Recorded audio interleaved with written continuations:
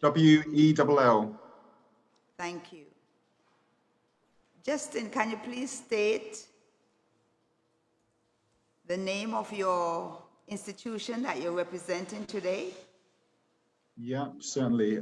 It's Air Safety Support International, and we're the safety and security regulator for aviation for Montserrat. Would you be so kind as to state your qualifications and in what capacity are you appearing today? Okay, now I've been with the as an aviation regulator for 21 years, and prior to that, I was an airline pilot, and I'm representing ASSI in my role as Chief Operating Officer. Briefly describe the purpose of ASSI for the committees. Sure. So ASSI or ASSI, so that's Air Safety Support International, is the regulator for safety and security standards in the territories, in the UK overseas territories, which includes Montserrat. Yes. And we seek compliance with the international standards and recommendations.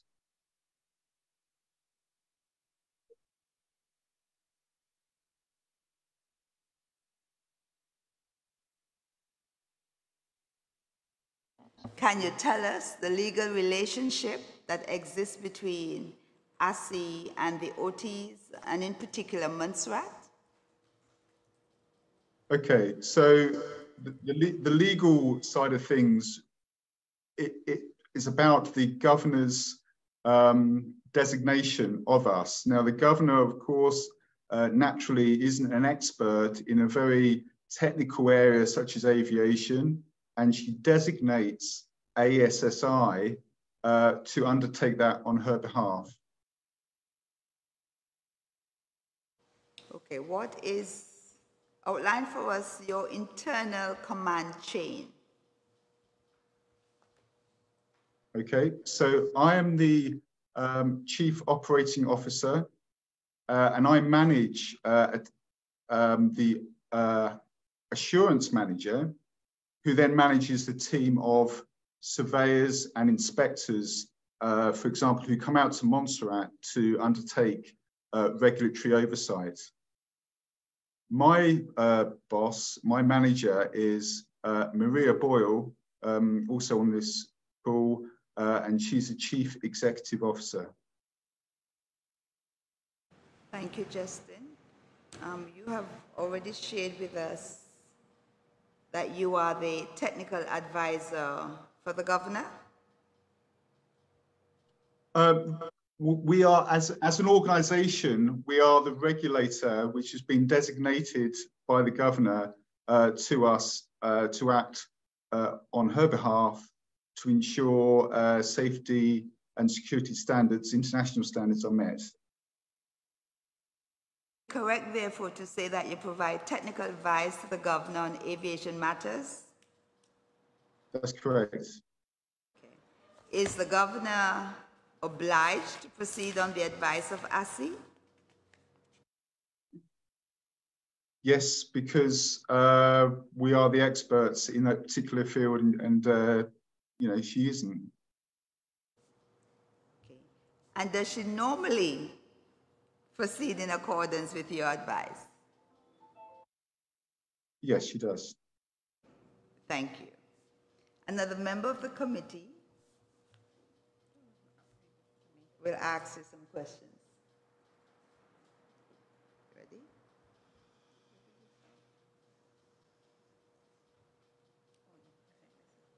Go ahead. This is where Mr. Romeo's question is. Go ahead. Mr. Romeo, go ahead. Go ahead. Yeah, continue.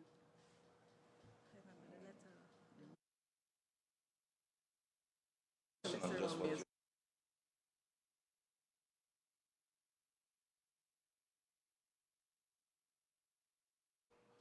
Is it is it that then you advise the governor on something, and then she would give you instructions to act on her behalf?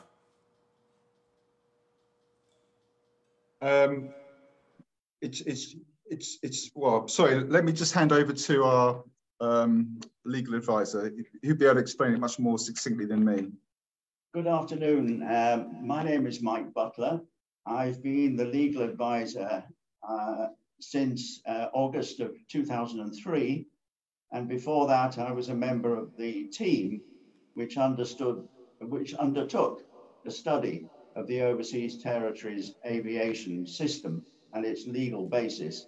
And following that, ASSI was set up under directions from the Secretary of State. And our remit is to carry out regulation in those territories where there is no local regulator. We carried out that function on behalf of the governor because under the law, the Overseas Territories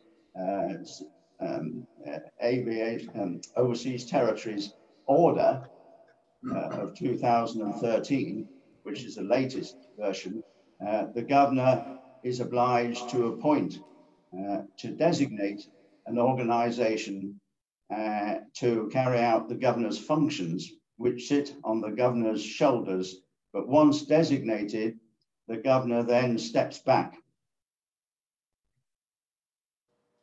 Effectively, we are acting on behalf of the governor. Does that all make sense?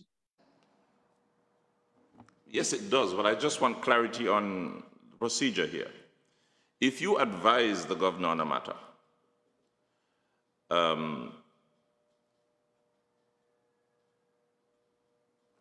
will it require that matter, or can you?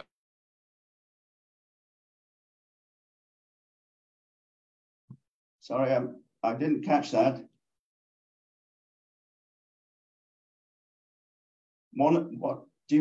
Shall I just set out the functions that we have under the direction that we've lost of the Secretary of State, which date back I'm sorry. to 2003. Sorry, sir. 1 second, sir. We missed you. You went blank for a minute. Could you start again, please? Right, from the beginning? Yes, please. Okay. Introducing myself, or do you want me to go? In response to my supplemental question to you. Right, okay. Our role is to act as the governor's designated authority in Montserrat for the discharge of the governor's responsibilities as the representative of the Crown under the Air Navigation Overseas Territories Order. The advice that we are required to give, if we are the only body as directed by the Secretary of State to fulfill that role, the governor will designate us. In some other territories, for example, Cayman, Bermuda, they have their own local CAA, and that's the body that is designated. Our advice to governor is as to who should be designated, and we're giving that advice on behalf of the Secretary of State.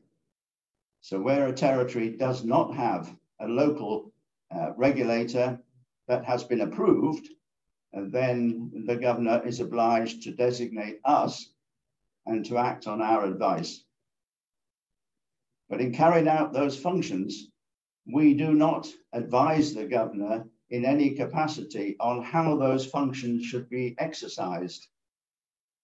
That responsibility rests on us in accordance with the directions from the Secretary of State. Maybe I should put it this way, sir. Under what circumstances are you instructed by the governor to act? Well, once the governor has designated us, the governor does not instruct us on how to act. Great. Thank you very much. Effectively, if you want to convert that, the designation is the equivalent of a delegation by a minister to someone to fulfill that minister's functions. It's different in the overseas territories, of course, because of the different legal structure. Thank you. My next question. Can you confirm whether the controllers at the John A. Osborne Airport are competent meteorological observers? Yes, I can confirm they are competent and trained, and they are assessed on a periodic basis by ASSI. Great. Is the John A. Osborne Airport of visual flights rules daytime only airdrome? And can you explain what that means, please? Okay, so what I'm going to do, I'm just going to read to you what I've said already. It's a very technical area, this, and I think for the listeners at home, it's really important that we set it out really clearly, what we're saying. So the airport in Montserrat is a VFR daytime only aerodrome.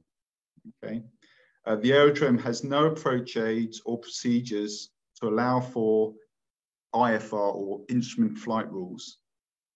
And the aerodrome facility does not fully comply with the requirements for night operations. So it's partially compliant, but not fully. So therefore, daytime operations only. The runway is classified as a non-instrument runway, and all flights are therefore flown visually without reliance on the instruments. So it is a VFR type airfield. It's a visual airfield where you can only fly in on a visual basis because of the lack of instrument procedures. So the criteria, the rules that apply to or the visual flight rules means that when you're flying below 3,000 feet, which generally the aircraft flying from Antigua are below 3,000 feet, the pilot must remain clear of the cloud and in sight of the surface and have a flight visibility of 5 kilometers. So it's very much a visual airfield, Montserrat. Okay, go right ahead. Can you tell us why is it that Montserrat does not operate with instruments? That the John A. Osborne Airport does not operate with instruments and has remained a visual flight airport? I'm sorry, I didn't hear that. I'm sorry. Can you please tell us why is it that we continue, that is Montserrat, as a visual flight airport only, and it's a non-instrument runway? Yes, it's because the facility, the airport facility, would need to have more in the way of navigational aids or procedures that are published and are available for use. It would also mean extra runway lighting, and in addition to all of that, it would also need a study because it's very obstacle rich, the environment, and it would have to be carefully looked at in terms of lighting for obstacles. And when I say an obstacle, I'm talking about high ground. You know, there's a lot to consider, to take into account. It's not impossible, but there's a lot to build into this. So the reason it is a visual only is it's trying to maintain, you know, safe operations. It's looking after the people of Montserrat effectively by keeping it as a visual airfield. Thank you. Mr. Romer will continue. Another question along those lines. Is the John A. Osborne Airport a PPR or Priority Permissions Request Operated Airport? And can you explain why and what PPR means? Yeah, so the airport is notified and it's notified in the Aeronautical Information Publication, which is something that the pilots would use that. And of course, it includes all the airports in the region. And in there, it will say that John A. Osborne Airport is a prior permission required. And what that means is you need to get permission before you make an approach, before you file your flight plan. You need to get permission. And of course, we know for commercial air transport, there's a governor's instructions out there, which means that you have to meet certain criteria before you fly in, because it is quite a challenging airfield. And we mustn't forget that. But yeah, that's what prior permission required means. It just means that you need to speak to the airport and you need to satisfy the airport that you are competent and capable of flying safely into that airport. Go right ahead.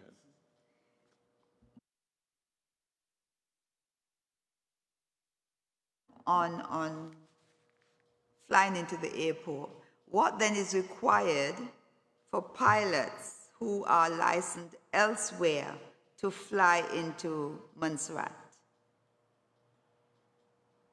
Okay, well, the individuals and the airline would have to seek permission. They'd have to seek permission, and the person who manages that is the airport manager. And they would write to him and say, or email him and say, this is what we intend to do. And he'd say, okay, you've never been here before. Please take this pack and complete it. And within that pack would be the governor's instructions criteria. So what he would need, what the individual would need to meet the governor's instructions. And then at that point, it would be, once that's completed and sent to the airport manager, it would then be forwarded to us. We would check it and then off we go. The approval or the authority would be given to the operator to come into Montserrat. And again, it's all about protecting the safety of the people of Montserrat. It's really important that we get all this right. So it's just another layer moving into quite, or flying into quite a difficult, challenging airfield. Thank you. How long does the approval last? The approval will tend to last about 2 years. Do they carry out any practical flying exercises before giving approval? Individuals do. So individual pilots would have to fly with their check pilot and get a check flight form completed. Do we have a designated check pilot for Montserrat, or do you have to fly out from the UK to perform that exercise? There are, my last count, I haven't got the information to hand, and we can come back to you on that, but I think there's about 3 pilots from different airlines, actually, for different operators who are able to do that check flying. Thank you. We'd appreciate if you could get that information for us. Yeah, but just to say, it is the operator's responsibility to ensure that their pilots coming into Montserrat are competent and have been checked. But yeah, but that is something that we can send to you. Just for clarity, Mr. Rothwell, governor's instructions, is this a name given to an instruction, a paper? Why is it called the governor's instructions? Given that you are the regulator. Yeah, it's yes. Indeed. It's signed by the governor. It's something very specific, and we've only got 2. We've got one in Montserrat, and we've got one in the British Virgin Islands, where they are quite tricky aerodromes, and it's something that the governor, because it's such a big thing, the governor would sign. So it's one of those special things that needs to be looked at, and it's only for very challenging airfields. Thank you. Could you kindly explain what the look-see procedure is and whether it is applied to the Johnny Osborne Airport and why? Yeah, the look-see procedure, I'm not sure what that is. It's not something we're familiar with. Familiar with it? It's not a procedure that we're aware of. Okay. May I ask then, who determines whether a flight should land or not? Is it the air traffic controller or the pilot? It should be the pilot. In all circumstances? Well, there's got to be a really good reason. For example, there might be something the pilot doesn't know about. For example, a blocked runway or an aircraft on the runway, and an air traffic controller might at that point say, go around aircraft. So there are things, but generally speaking, it's for the pilot under his license as pilot in command of that aircraft to make that decision. What about weather conditions? Is there a time when the air traffic controller can determine that the weather is not suitable and the pilot would have to go by his instructions not to land? Okay, so at the airport, the information that can be passed to a pilot who will make that decision will be based on visual references that the controller has, and that information would then be passed to the pilot. But what if the controller determines it's not suitable? Can the pilot still proceed? Under what circumstances? I think with that one, we're going to come back to you on that one. We'd really appreciate if you could put that in writing to us, and we can follow that one up, because as you can imagine, it's quite complex, that, and I suppose it depends on the circumstances. I thought that would be a It's normal. very dependent on the circumstances. I thought that would be a clear matter to resolve. Okay. So you want us to come back on that one? I'd appreciate it if you did, just so I can speak to the experts, the air traffic controllers that we've got in our team, who can speak to that. I don't want to give you any sort of false messages, obviously. We appreciate that, because it's very important that we get the experts' view and the information that we collect is correct. Okay. My next question, what are the safety implications of an aircraft, perhaps falling along the same line, departing Vici John A. Osborne Airport at a time when the conditions are below VMC in Montserrat, to then have to go to Vici and is forced to close, to VFR traffic, with weather conditions also causing St. Kitts and Nevis also to go below VMC for an extended period, with the pilot now losing visual reference with the surrounding islands. Okay, I understand the question. I mean, ultimately, this comes down to flight planning, and the pilot who's actually sitting on the ground in Antigua would look at the weather, the forecast weather for Montserrat, but he'd also look for the forecast weather for his alternate as well. And if he's in any doubt, he will not depart Antigua. That's sort of how it works. And you know, my understanding is that is just not an issue, but that's really what he should be looking for, to make sure that he's definitely got, even at his destination or at his alternate, a place to go.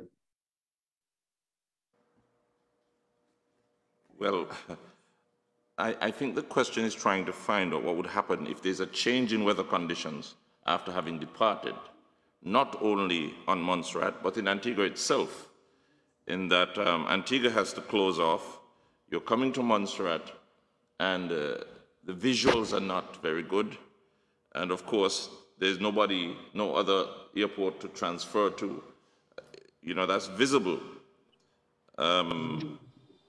Has this happened, to your knowledge? No.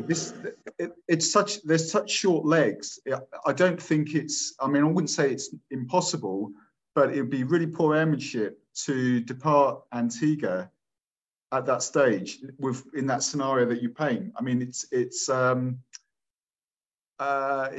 not. It's just on these very short legs. It's just not going to happen. The meteorology today is far better than it's ever been. So the forecasting and the accuracy of it is pretty good. Plus, they could also speak to the tower at the destination in Montserrat, just to make sure that there are a number of things that could happen. I really don't think that scenario would happen at all.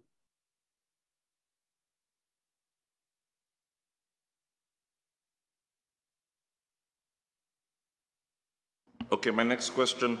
The John A. Osborne Airport was operating with a Class D airspace for a number of years. It was then changed to Class G. Can you tell us when this took place and what the reason behind the change of the airspace class was? Okay. Having researched this and spoken to a number of people, we think the change took place in June of 2012. And the reason given was because of very low traffic density.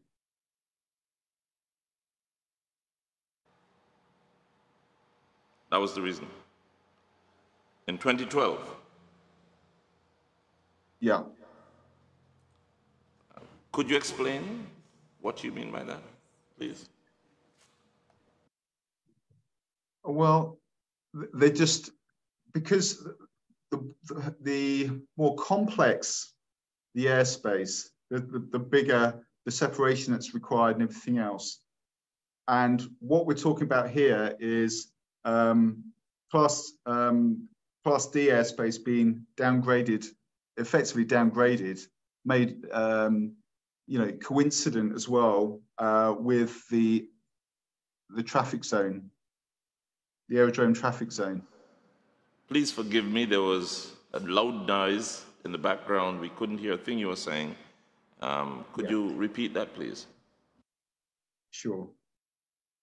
So what I said was the change took place in 2012, and the reason was very low traffic density. And what I mean by that is just there just isn't the volume of traffic, air traffic.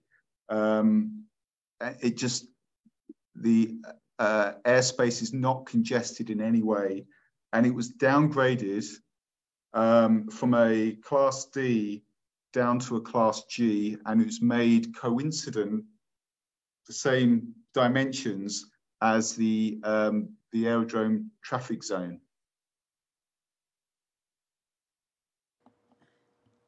This area is very complex and very technical. Would you be so kind as to explain to us what is a Class D airspace versus a Class G? What are the elements that makes up a Class D versus a Class G?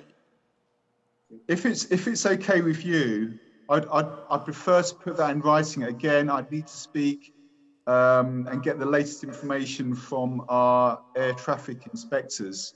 If that's okay with you, I don't want to give an out-of-date version. You need to have obviously the most up-to-date and the correct version. Is that okay? Yes, and it seems that we're going to have to come back to you on a few questions, so we'll save the related questions to that. Okay, thank you. Since we're on class determinations, we are often puzzled here in Montserrat that having a small airport we are referred to as an international airport. Can you tell us, if you can at this point, what is our designation as an international airport or otherwise, and what comprises of an international airport? Well, an international airport is something that comes under ICAO, because ICAO, which is the International Civil Aviation Organization based in Montreal, the headquarters are in Montreal, it sets the world standards.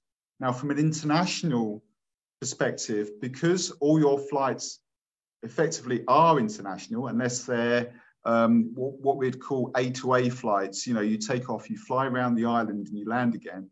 Generally speaking, they're all international, and certainly all the commercial air transport ones are international.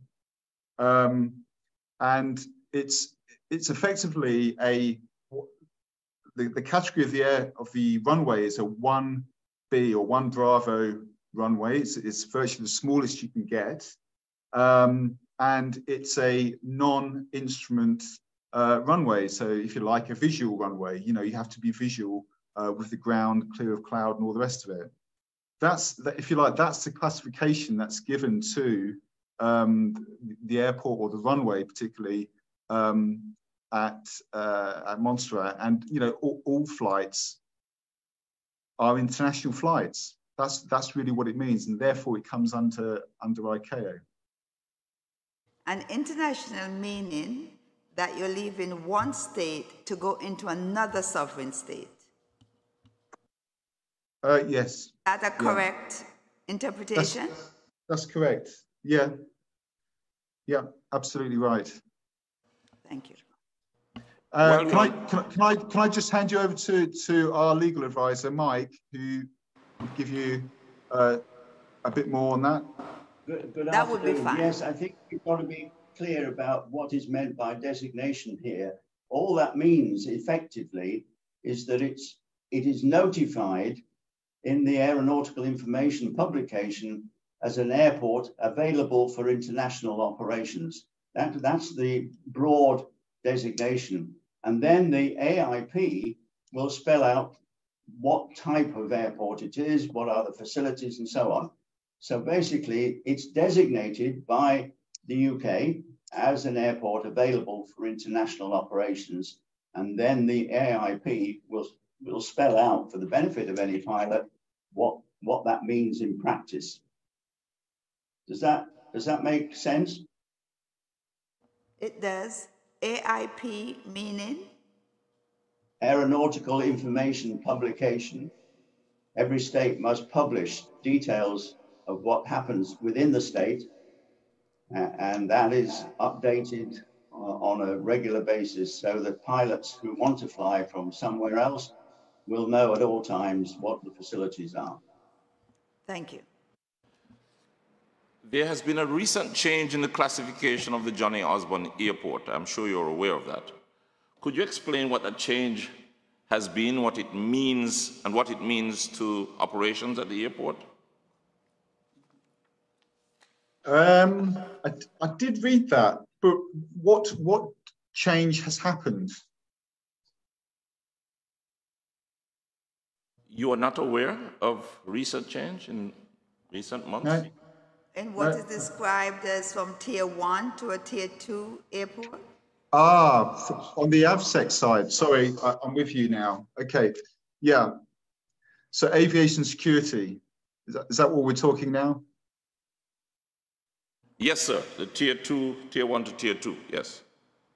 Okay, so again, I haven't got our aviation security experts here, but they would be able to give you a really good answer on that. And again, could you add it to the list and we can get back to you on that? I wasn't expecting a question around security, to be honest. Thank you. Would you be able to make them available for a similar interview as we're doing today? Should we schedule one? We can do. That would be fine. Thank you very much, because it's very important that the people of Montserrat understand that one. Wonderful. I agree. Yeah, that's great. Very simple question. At the opening of the Johnny Osborne Airport in 2005, what was the physical length of its runway, and have there since been any physical changes to its length? Okay, so the paved surface itself is 596 meters. We work in meters for declared distances. 596 meters, and it's 80 meters wide. Has there been any change in those dimensions? No, there hasn't. That is the paved surface dimension.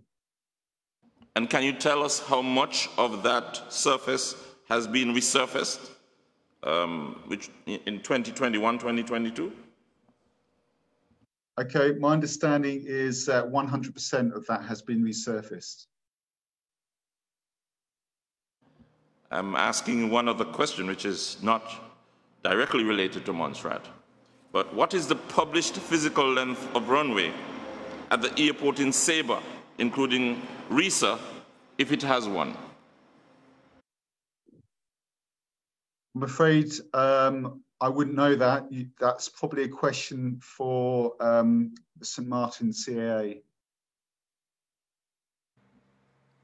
Do you not compare Montserrat's airstrip to Sabre and St. Bart's and other places where Twin Otters land to get a better understanding of the capability of the Twin Otter, sir?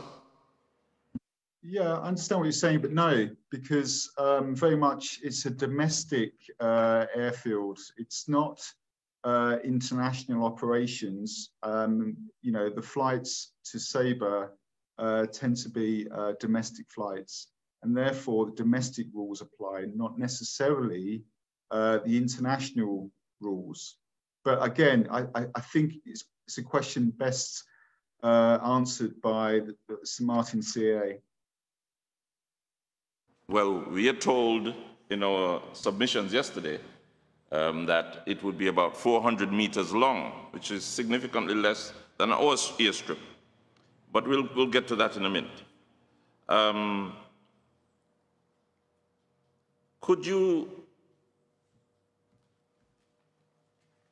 Is it possible to extend the Jarrows Airport runway to make way for a RISA, and if so, how can that be done, and do you have an idea what it would cost?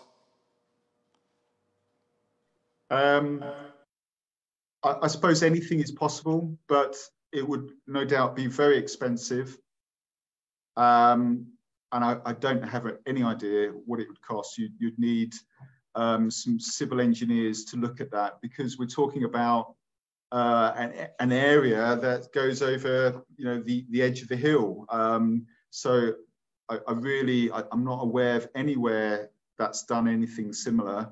And I can't help, I'm afraid, on that one. Is that not something you know, that has been... I was asking if... Go ahead. You were saying something. No, sorry, no, that was a bit of background noise at your end, I think. I didn't hear, sorry. Is that not something you would have considered in discussions with ASI and the government of Montserrat? And at least to determine how much it would cost to extend the airport strip adequately? Isn't that something you would have discussed? Isn't that something important? It's as the regulator, it's not something that we would get involved with. You know, once it's there, yes, we could look at it and see if it was suitable. I mean, that's sort of the way round things work. We don't get involved necessarily in these conversations. I think it would just be extremely expensive to do that, to extend the runway.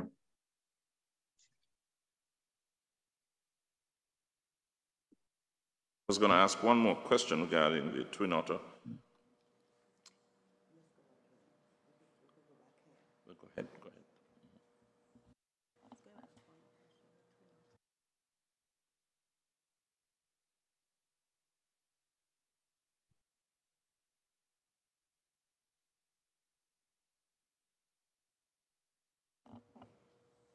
Are you hearing me?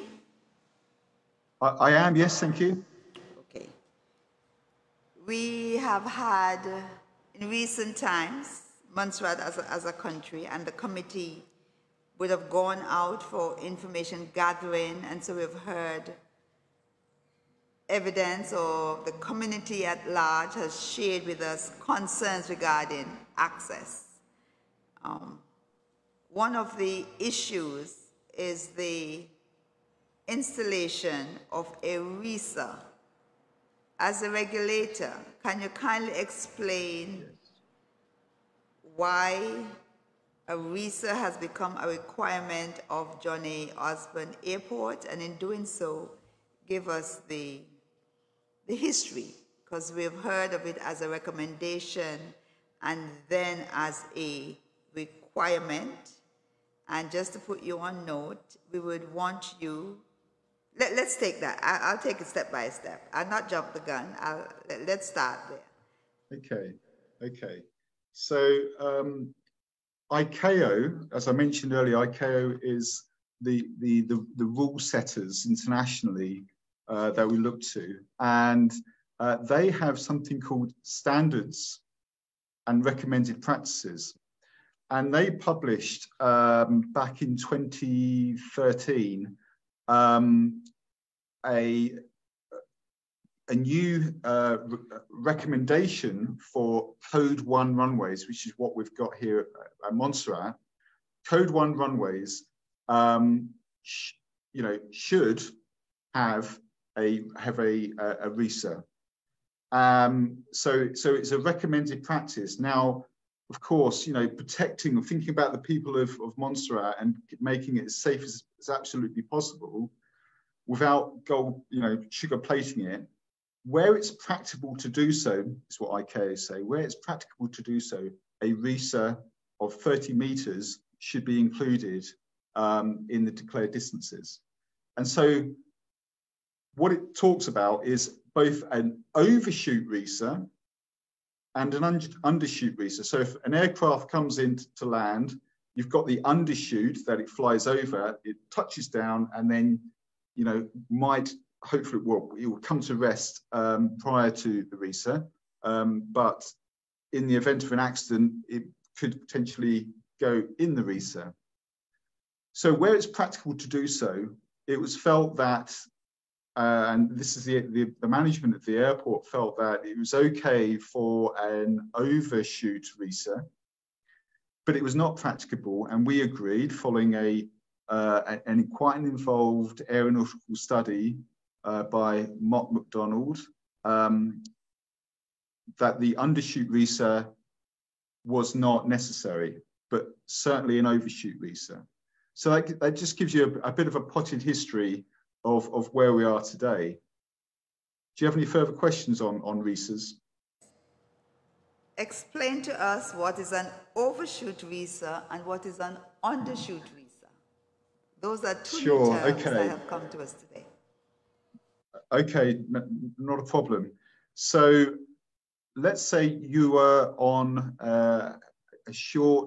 you're still flying, but you're on a short approach into Montserrat. You would normally fly over an undershoot RESA. So it's a 30-meter area which you would fly over to then touch down. Towards the end, as you roll out towards the end of the runway, you have your 30-meter overshoot RESA. So what we're saying is, well, we don't think it was, based on facts and everything else, based on the amount of evidence and the amount of overruns that were had, an undershoot RESA was unnecessary. But we felt an overshoot RESA, and so did the airport, was very important because there'd been a lot of overshoots. Does that help? Now, what is an undershoot RESA? So the undershoot RESA is that area that you fly over. And in Montserrat, we've said it's not necessary because the history points to the overshoot being the more testing case. Before I ask my question, after considering the overshoot RISA, how much of the airstrip is left? How many meters is left? Okay, well, it would be 596 minus 60. Again, we can draw this out. It's much easier to draw it out rather than me try and recite things off the top of my head. But is that helpful? Can I draw it out for you? Would that be useful rather than me try and talk to it? Let's look at the pure mathematics. If it's 596 minus 60, yeah, then it's 536 that's yes. left. Is that correct? Yep. And that's basically the space within which a twin otter or an islander would have to land. Is that correct? That's correct. Yeah, that is, well, it's not quite correct because you've also got 30 meters before the threshold of your landing threshold. So it's not quite, it's 536 minus 90 is 506. 506. And just quickly, you know, as a follow-up, how does that impact on the islander or the operations of the islander or the twin otter? Okay, so that's a lot easier to answer. So for the islander, which carries about 9 passengers with baggage, it can basically continue to operate fully laden. With the twin otter, landing doesn't seem to be a problem. So again, you know, and bear in mind the twin otter has 19 seats, 19 seats with baggage. I think there's possibility that there's one passenger that can't be carried, but we can confirm that. But the takeoff case, both for islander and twin otter, with the islander, it's about, well, it's fully laden, it's about 9 passengers. With the twin otter, because of what's called the accelerate stop distance and the departure profile, it's quite limited on departure. So it can only carry about 9 passengers on departure. I'll come back to that in a while, but let's go back to the question that was asked just before. I note there's a slip in that question. Okay. You said the ICAO made the RISA a recommendation. Isn't that correct? Yes, they did, yes. So it made it a recommendation and not a requirement. Yeah, but the requirements come, remember, standards and recommended practices are what ICAO, that's the framework that they work to. What then happens is ICAO annexes, and there's 19 annexes, are then converted into the local requirements, which are called OTARs for ASSI. They're called OTARs, which stands for Overseas Territory Aviation Requirements. So that's where all our requirements sit. And we have a policy that we should treat, you know, protecting the people of Montserrat, we should treat all recommendations as if they're standards, where it's practicable to do so. That is a UK policy. Okay, therefore then, could you let us know what year the RISA was implemented at John A. Osborne Airport? And what year it was enforced? When was it implemented and enforced? Okay, so implemented and enforced, to my mind, it means the same. Sorry, let me just, okay, so it's February 2014. February 2014. Implemented. And when enforced. When was it enforced? It was enforced in 2014? In February 2014, yeah. Because, you know, I think I understand where well, maybe I don't understand where you're coming from, but the conversations that we've had with all operators are about meeting the governor's instructions. What we don't necessarily do is go into all their performance calculations, which vary from day to day. We don't do that. Okay. So the RISA was implemented and enforced in February 2014. That's when the NOTAM, the Notice to Airmen, the NOTAM, which is something pilots pick up and they use. At that point, it said that there was a RISA and that all the declared distances effectively had been reduced by 30 meters. Enforced as a recommendation? Enforced as a recommendation or a requirement? Yeah. Yes. Which one? Because Which was it? Was it? Sorry. 1 second, sir. Was it enforced as a requirement or a recommendation? It's enforced as a requirement at that stage. It's a requirement. So then both airlines were complying with?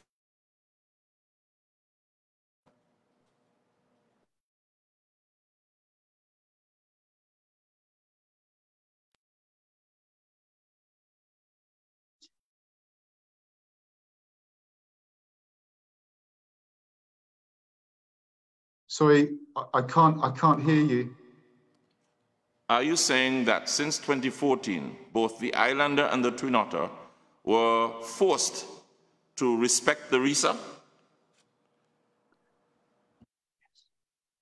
That's correct, because that was what was notified.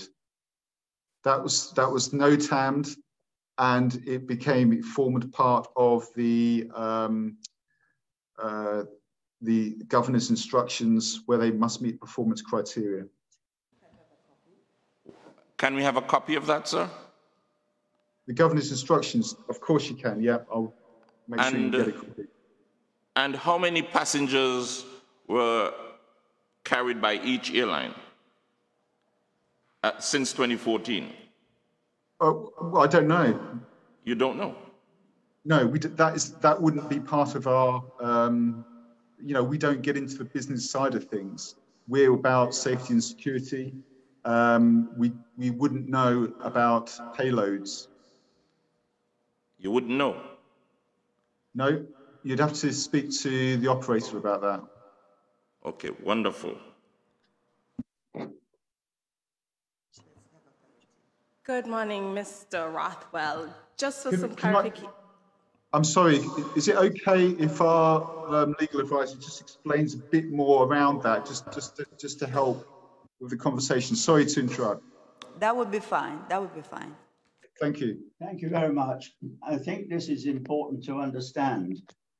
Standards and recommended practices are set by ICAO, and every state must take account of them and apply them where it's practicable to do so. The UK takes the position that all safety-related recommended practices should be treated in the same way as standards, and that applies across the whole of the UK. These are not variable according to different parts of the UK, which would apply in Montserrat's case. They are common across the whole UK family, if you like. And it's those recommended practices and standards that the UK is audited against by the international body. And failure to address those satisfactorily could mean that a state is effectively, its airlines are prevented from flying to other states. So it's important to understand this is not just something which is arbitrary, it's something that is expected. Does that make sense? And then those standards and recommended practices are adopted in the legislation and implemented through the Overseas Territories Aviation requirements, which are prepared by us with oversight from the Department for Transport as necessary, and they then become part of the law of the territory. it's a question of the order and OTARs have to be applied together. And that's the legal framework. And the governor issues instructions on our advice based upon that legal framework. Just for clarity, whatever regulations or legislation for standards that are imposed on the United Kingdom would automatically extend to the overseas territories as a policy? Can I interpret what you've said in that way as well? Well, it's not so quite therefore, so if something happens in Montserrat, if there's a issue in Montserrat that can impede or impact the assessment of the United Kingdom internationally, and therefore you have a broad policy approach to recommendations from ICO? Absolutely, because you see, you have to understand that Montserrat, like the other overseas territories, and indeed the Crown dependencies, are not independent. They are part of the UK for the purposes of the convention, the Chicago Convention. And therefore, whatever practice the UK adopts is applied across all of those parts of the United Kingdom. It's not something you can separate out. You can't have a separate set for the overseas territories. Is that done regardless of economic impact, regardless of performance over 10, 20 years of aircrafts being safe and effective? Yes, it does apply. And it creates great difficulties sometimes, particularly for a country like Montserrat, where your capability to have a fully functional airport is more limited than in the case of another country or territory where effectively you're looking at a different topography. But the point about it is that there is no room for maneuver as between the UK as a state and the territories. They are one from the point of view of the convention. Now, each individual territory, obviously the actual characteristics of the operations are established according to the circumstances. But the overriding obligation is to implement the standards and recommended practices. Question. Are you aware of any material changes to the operating capabilities of the Twin Otter, which has been landing at the John A. Osborne Airport between 2005 and 2022? Okay, so when it comes to the Twin Otter, I suppose it depends what class of Twin Otter you're talking about. But, you know, the de Havilland Twin Otter is now the Viking Twin Otter. And so the manual that supports that, the operations manual, will talk about it now being classified as Performance Class A aircraft. Now, a Performance Class A aircraft versus a Performance Class B aircraft is an aircraft which has multi-engines. They're powered by turbo propeller engines with a maximum approved seating configuration of more than 9 passengers, and all, you know, and they're multi-engined turboprops in the case of the Twin Otter. So quite clearly, that's where the Twin Otter sits. Performance Class B aircraft are propeller-driven airplanes with a maximum approved passenger seating configuration of 9 seats or fewer, and a maximum takeoff mass of 5,700 kilograms. So quite clearly, the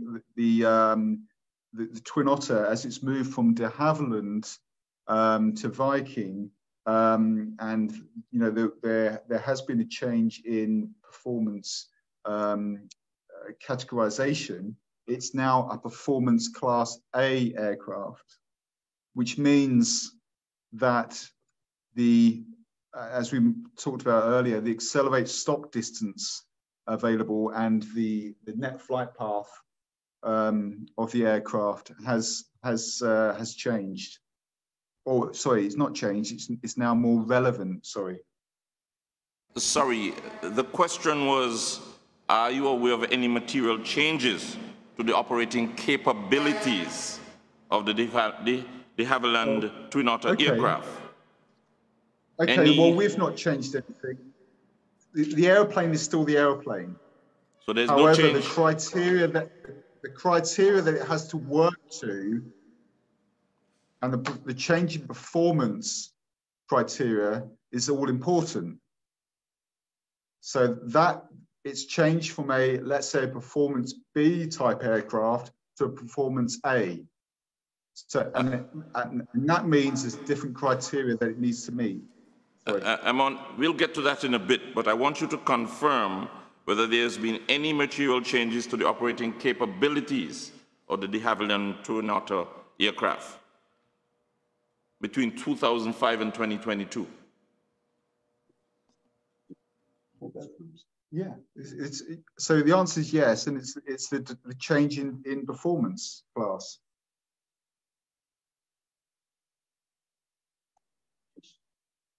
State of manufacture.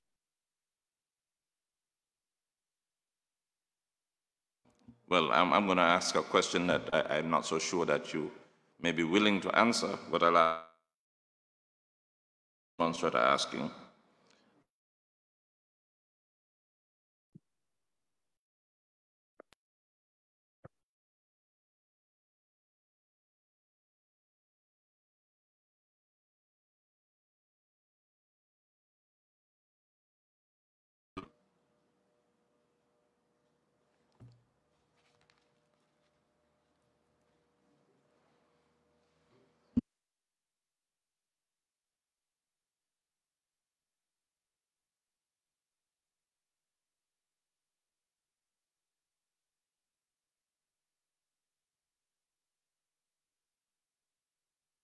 Did you hear me, sir?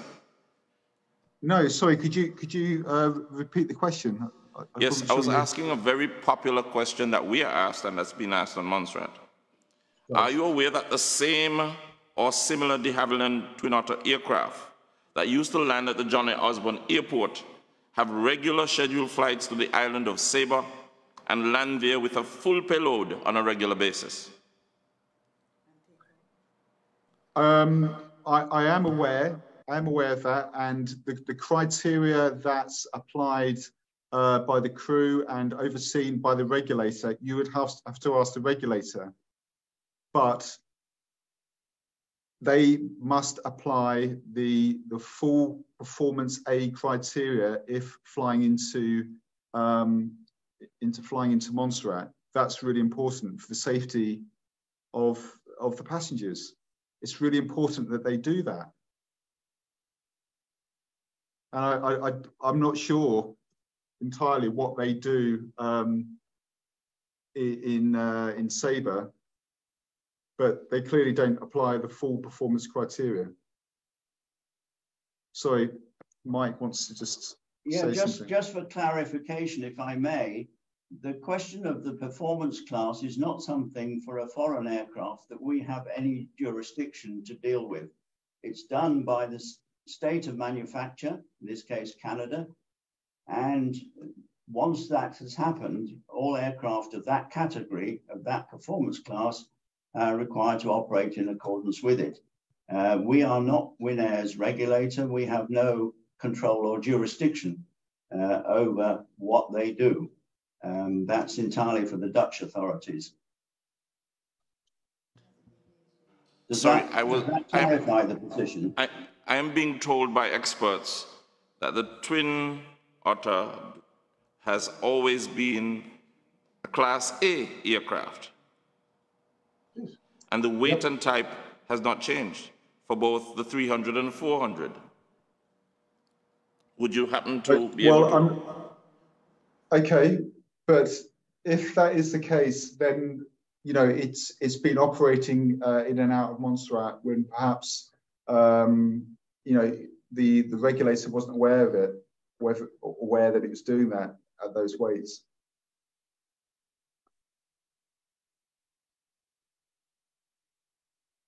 There's a question that I didn't ask that's specific. It's going back to what was asked before. Can you explain what the difference between a recommendation and a requirement is as it relates to your work and as a regulator? Yes. Sorry, can I deal with this? As we explained in the answer that we provided previously, a recommended practice or recommendation in shorthand and a standard are set by ICAO. They're in the annexes. There's 19 annexes to the Chicago Convention, and all of the various standards and recommended practices are set out in detail, specifications, measurements, and all that sort of thing, in the 19 annexes. Those annexes form the basis upon which you then establish your law, your regulations. In the case of the territories, the Overseas Territories Order, and under that order, the governor is required to publish the requirements. In other words, the standards and recommended practices contained in the convention, in the annexes to the convention, that must be implemented in the overseas territories. So the requirements are the means by which you implement the law, and they are equivalent, if you like, to rules. We call them requirements because that fitted the type of legislation we're dealing with. So they in effect are subordinate regulations under the air navigation order. In layman's terms, could you tell us what's the difference between a recommendation and a requirement, in layman's terms? Well, the difference is the requirements are the means of applying the recommendations. Okay. Going back to the RISA then. Okay, yes. Yes. I do wish us to get back to the RISA.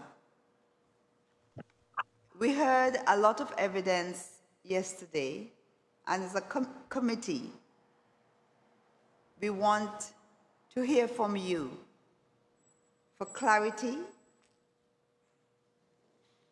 So bear with us that we may move from RISA to another point. And so since we are talking about the OTAs and recommendation, it was submitted to us that under Regulation 1, under 135 of the OTAs,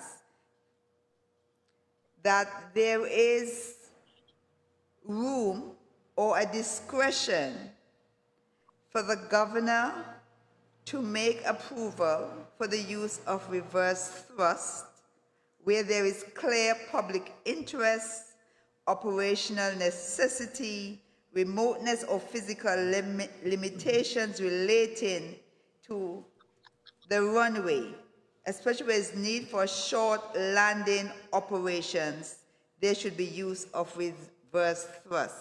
Can you give us some clarity? We were also told that in relation to Anguilla, although it's different, it has an additional 150 meters, and Montserrat is asking for 30 meters more. You, as the regulator, can you clarify these submissions for us? Okay, so there's quite a lot to that, and we're more than happy, of course, to come back to you with a full answer. I'm just wondering if that could be added to the list so we can do that really carefully, come back to you on that. Is that okay? And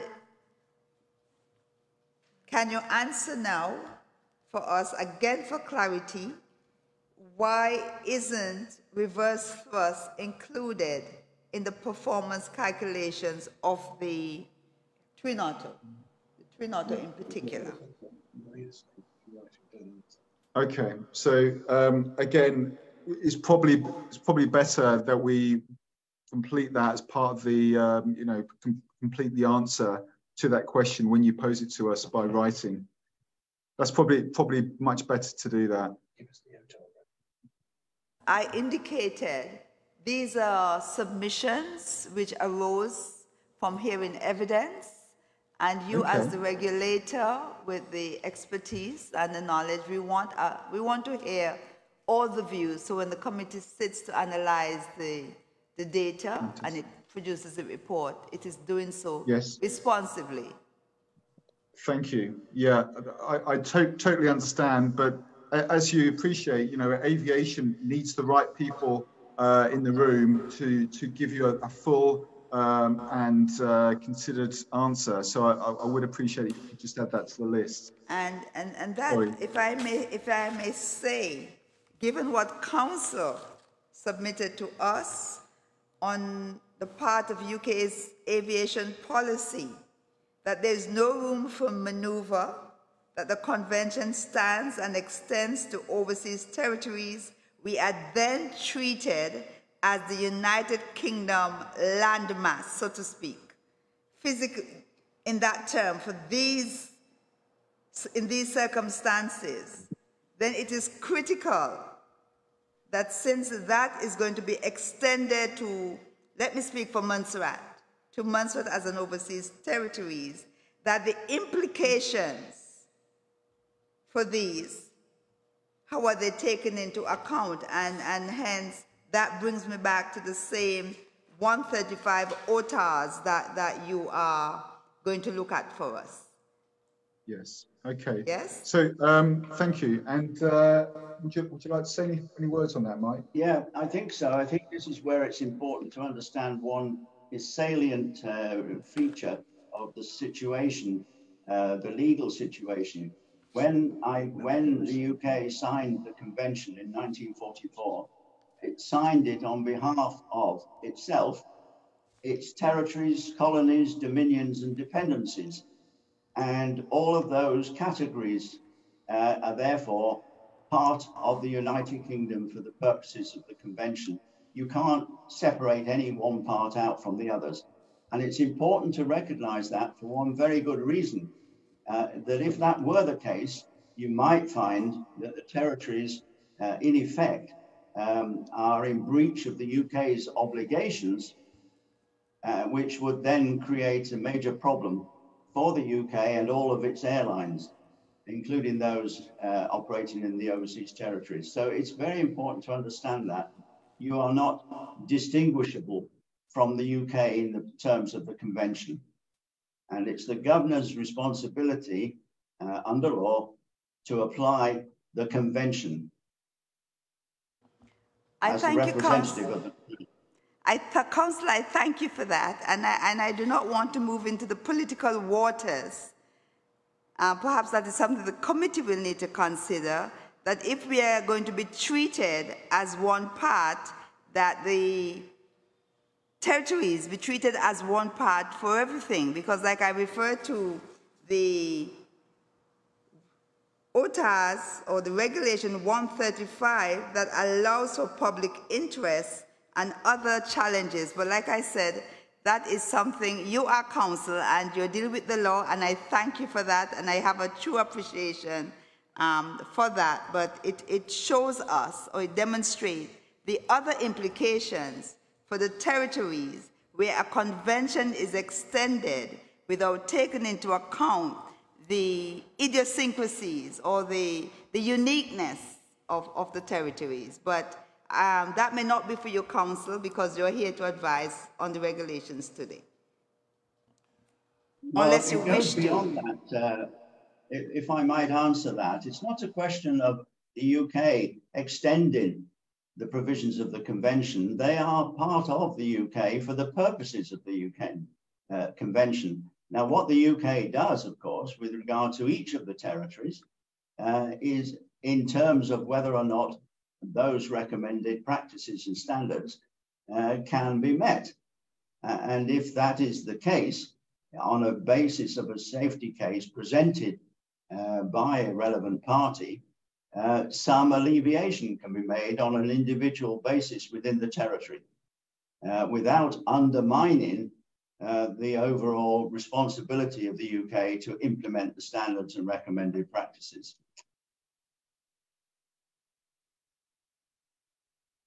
Well, before I ask my question, I just want to comment then that the airport was designed for the Twin Otter in 2005. 2014 is a change that affects the operations of the Twin Otter. We now have an Islander that cannot carry more than 6 or 7 passengers depending on the weight of baggage.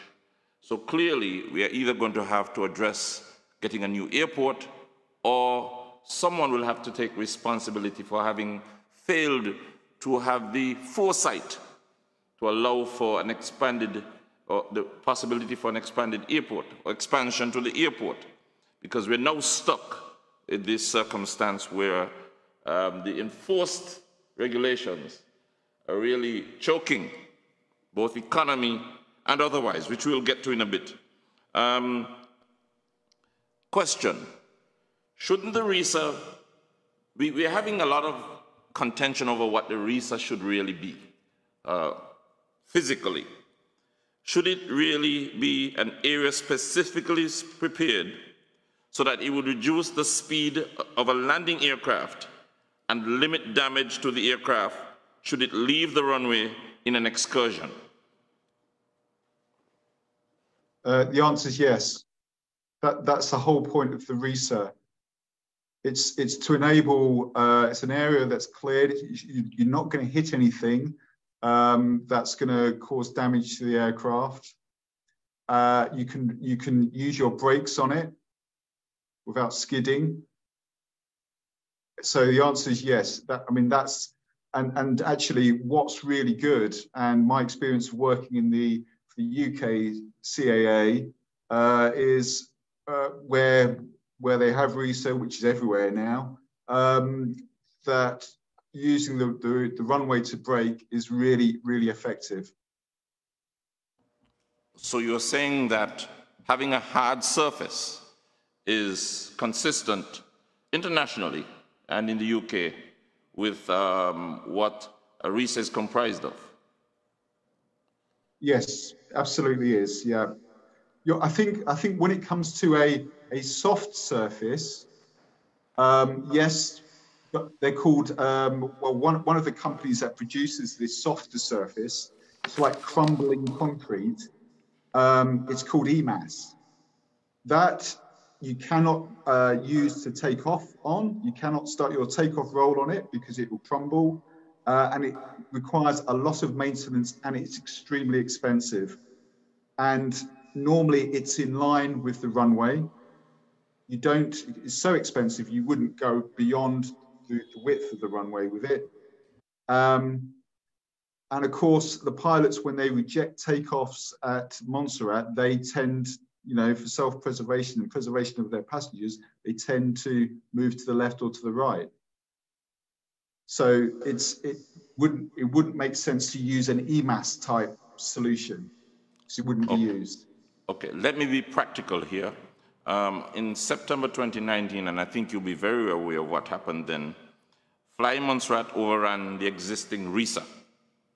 It came to a stop at the embankment with the airport wing lodged on the fence, if you remember correctly, stopping the aircraft from going further into the valley.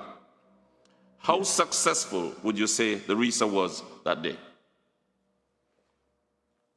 It was extremely successful. It stopped, the aircraft was able to brake sufficiently so it didn't go over the edge. Okay, it came really close to it, absolutely, but without the RESA, it would have been, potentially, it could have been a disaster. Mr. Rothwell, just for clarity, what, in terms of the EMAS type RESA, we do not have that in Montserrat. Can we establish that? Again, it would reduce your distances even more because you can't use it. I am not asking for it. I am just establishing that that does not exist in Montserrat. Because that is... Oh, sorry, you do not, you're quite right. Yes, that is Okay. correct. You do not have Okay. anything like that. Yeah. Good. So you have- explain... Yes, I think you're going on to answer my question. Explain to us what we have that we are calling a research. To be blunt, it has been submitted to us that the calling of a research, the naming of a research in Montserrat is farcical. It is a joke. It does not exist. I'm going to be very blunt, and we really need the clarity on that because we've been going around it for some time now, and we truly need some clarity on what we have that we're calling a RISA. So RISA is defined, and again, if you write to me, I'll include that. But just to be really clear, it is effectively runway that is used as RISA. So it is twice runway width. So it does go into the grass both sides, but the main area, the forward area, if you like, is runway. So half of it would be runway. And the retardation and the fact that it's clear of obstacles meets all the specification. So again, we will come back to you and we will define it. But from my experience of airports in the UK, UK mainland, that, including Gatwick, they use the runway. So I'm not sure who has said that or has that opinion that it's farcical or whatever word you use, so I can't remember what you used. It's just not true. The whole point is that it's clear of obstacles. So the aircraft is not going to be damaged. It's not going to come to harm. And the pilot can either reject the landing or, you know, slow the aircraft down on that RISA. It's really important. If I can just follow up. Would you say that if airplanes, the ones that we operate in Montserrat, are currently traveling into the area that is designated a RISA, that is not, does that have to be documented for data purposes? How is that treated? Okay, I understand. Now, if an aircraft is not under control and is hurtling down the runway and it goes into the RISA, then absolutely, that is a reportable occurrence. But we've got to remember that the RISA also contains the runway turn pad, which is an area that's designed for the aircraft to comfortably turn and what we call backtrack back up to the apron area where passengers disembark. So it's really important to remember that we don't need reports, for example, if an aircraft under controlled taxi speed turns in that area. We don't need that. That's going to be we're not helpful. However, if an aircraft is coming to is at such a pace that it feels like it's not under control, then that is reportable. So yes, in those circumstances only, though. Back to my question of what happened on September 2019. You seem to be quite comfortable that the RISA served its purpose on that day. It did. Now, it's very regrettable, absolutely regrettable, that that's where the pilot found himself for whatever reason. But the RISA played its part. It helped that aircraft brake. So that friction on the runway helped the aircraft brake. And it just so happens that it ended up on the fence. Thank goodness. But it didn't go down the hill into the ravine and cause loss of life or anything like that. Does the Twin Otter have any greater capability of braking in those circumstances?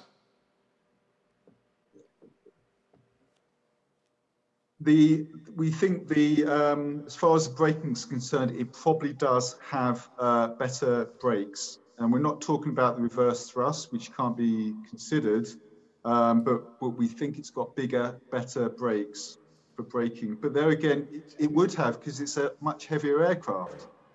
So, you know, it's a bit like comparing a car brake with a big truck brake. You know, the bigger the aircraft, if it's a 747, it would have an even bigger brakes, and so on.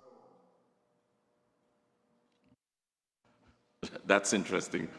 I'm not so sure I understand that, but you'll come back when we can ask you. And we're hoping that when you come back, that you will bring all the persons needed into the one room so we can get the questions answered at the same time. Okay? Well, that's absolutely fine, but we just need to know what the questions are. So we need to get those so we can get the people in the room. Well, okay, we've already outlined some questions that you said you'll come back on, so hopefully they will all be there when that happens. Another question about the RESA. Can the RESA at the John A. Osborne Airport be included into the declared takeoff distances? No. I didn't hear that. No, it cannot. It's not part of the declared distances. That is not what the RESA is there for. The RESA is a safety area in the case of a rejected takeoff or an overshoot or runway excursion. That's what it's there for. It's not to be involved as part of the calculation for aircraft performance and payload. Okay.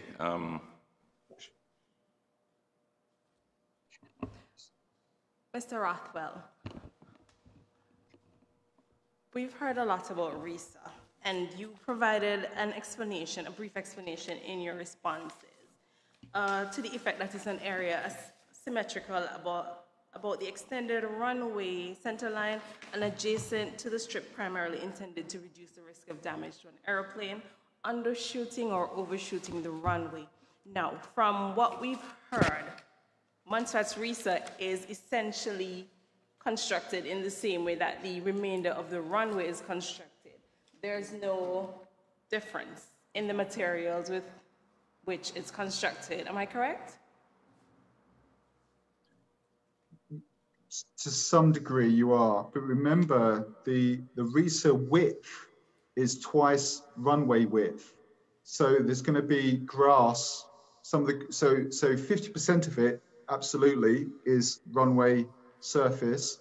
The other part is grass. So that's either side. So it's twice runway width, just so that's clear. So part of it is constructed of the same material as the runway and part of it is grass. Correct. Okay. So so having done some reading, my understanding of a RESA, and you can correct me here if I'm wrong, when it comes to the construction of RESAs internationally, elsewhere, my understanding is that, and we're not talking about the grass aspect of it, my understanding is that it should be comprised of material that assists an aircraft in decelerating. Now, my concern is, does the part of the RESA that is of similar material as the regular runway, how does that help the plane in decelerating if it has overrun the runway? I mean, I understand that, of course, you know, it's an additional space that you can use to decelerate, but what special characteristics does it have that allows for deceleration? Okay, thank you. Yeah, so it's about runway surface friction, and the team at the airport measure the runway surface and the friction of the runway surface on a routine basis, and we look at that. We make sure that it's above maintenance planning level, that the friction course, you know, the micro and the macro texture are sufficient to you know, they meet international standards with regard to friction. So that bit is looked at in depth. So it's the runway itself, there is absolutely no issue with the runway and the friction on the runway.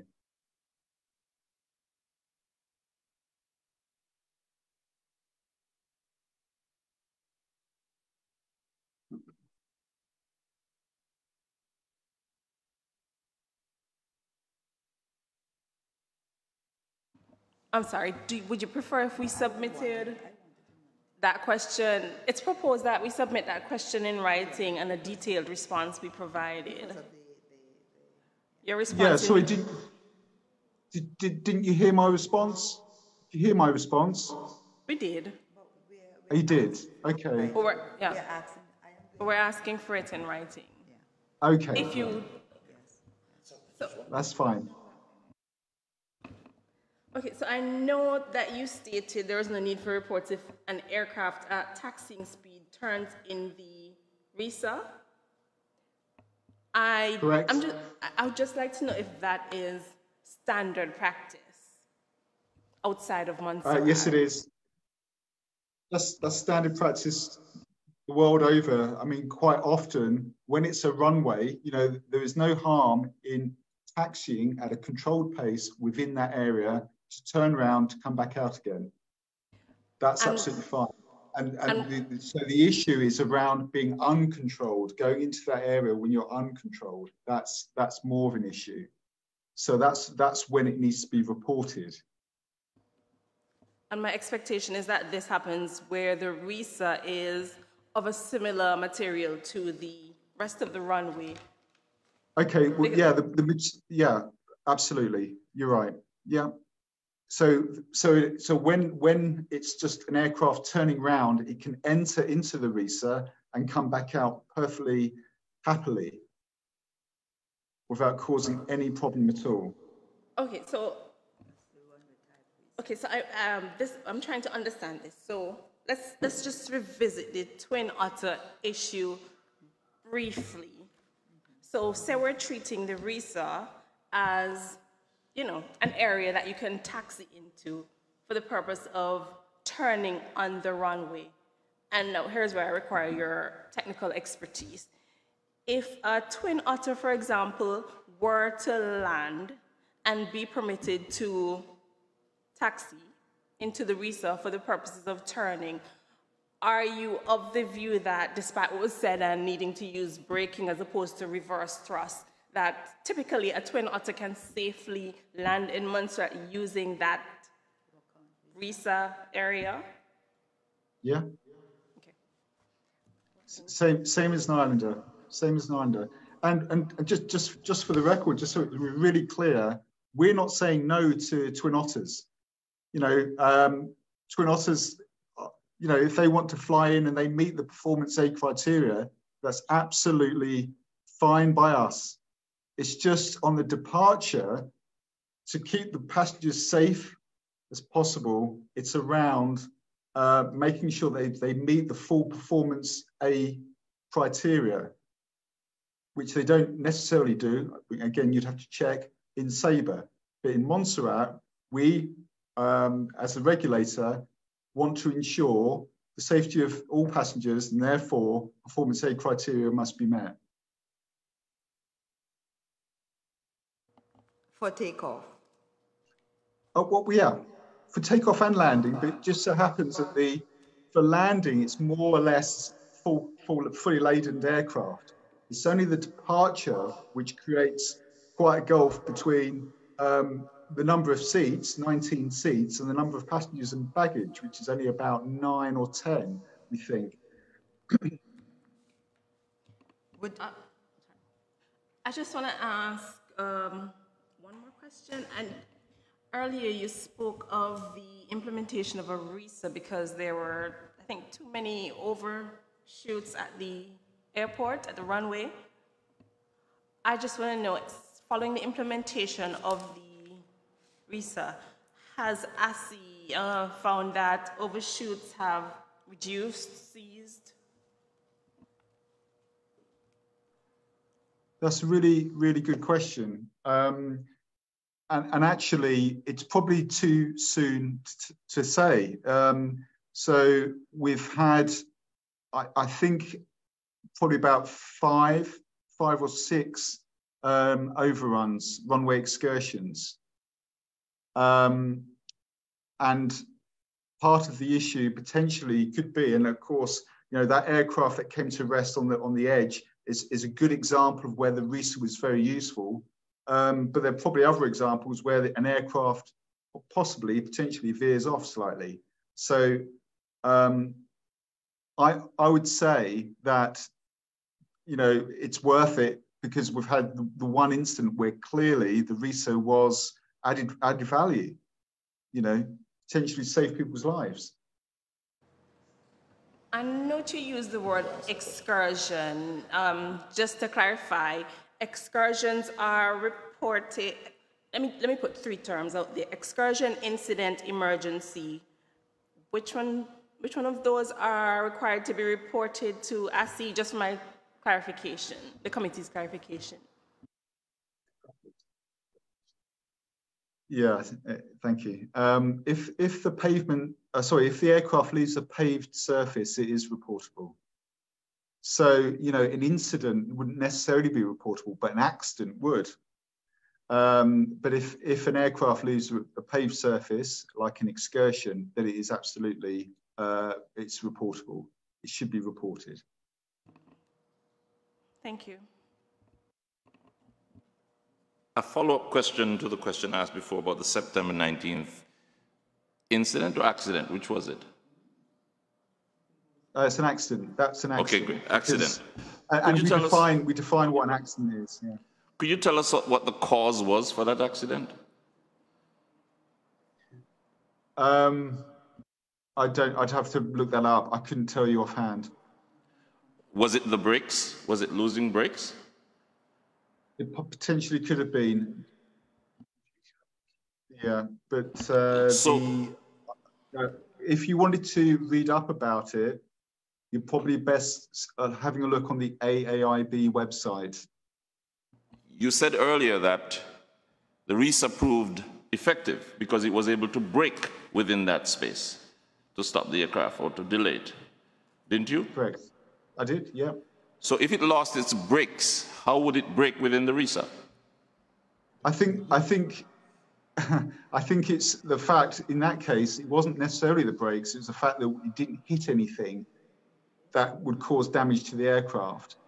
Obviously, one of the brakes was working because it spun through 90 or 180 degrees, I think. So it was, and if you think, you know, without that RISA area, so a heavier aircraft potentially, fully laden, landing, the result could have been a lot different. I would like to know the details as to where exactly on the airstrip the plane landed. Okay, with that, you're better off speaking or I will. Downloading the report for AAIB, the AAIB report for that date. Considering what you have said so far, should the Islander lose its brakes on landing in a situation as happened on September 2019, what then is the likelihood of the Islander being able to avoid what happened, or what could have happened had it not been stopped? So one of the things that has been included in recent times at the airport is a touchdown zone. So there's some markings, some paint markings, which have been painted in exact positions on the runway where an aircraft landing at the right speed would actually not have that problem. So the idea is that aircraft would land pre-marking, and by the time it rolls out, it will stop in plenty of time. So various measures have been put in place to improve the situation. Well, clearly none of us at the table are technical persons, and that's why I'm not getting too technical in my responses. So we too will have to bring somebody technical back with us next time when you come to us and be able to clarify a few things. Yesterday, we learned a lot about takeoff, the concerns about losing an engine at takeoff. I would suppose you were listening yesterday, wouldn't you have been? No, I wasn't listening yesterday. No. Okay. We had lots of other the comparison between what would happen with an islander having lost an engine on takeoff with a twin otter having lost an engine on takeoff was made. Could you explain the difference in the capability of each aircraft under those circumstances? Yeah. Okay, so I'll pass you across to Peter Lavender, who's our flight ops inspector, who will cover that answer for you. Good morning, all. Sorry, we've got a problem with length of leads. Good morning. Yes, I can help with this. So aircraft, the manufacturer will define whether the aircraft is in performance class A or performance class B. The Twin Otter, by virtue Sorry, of the fact one second, sir, I can't hear you. Please start again. One moment. I can hear you now. Go ahead. They've Can turned you hear up me now? Okay, yes. I can hear me now. Okay. Aircraft manufacturer will define whether or not the aircraft it is built will be certified to performance class A or performance class B. The parameters by which those aircraft are designed and certified are laid down. They're laid down in the OTARs, they're laid down in Europe with the EASA, and indeed ICAO laid them down.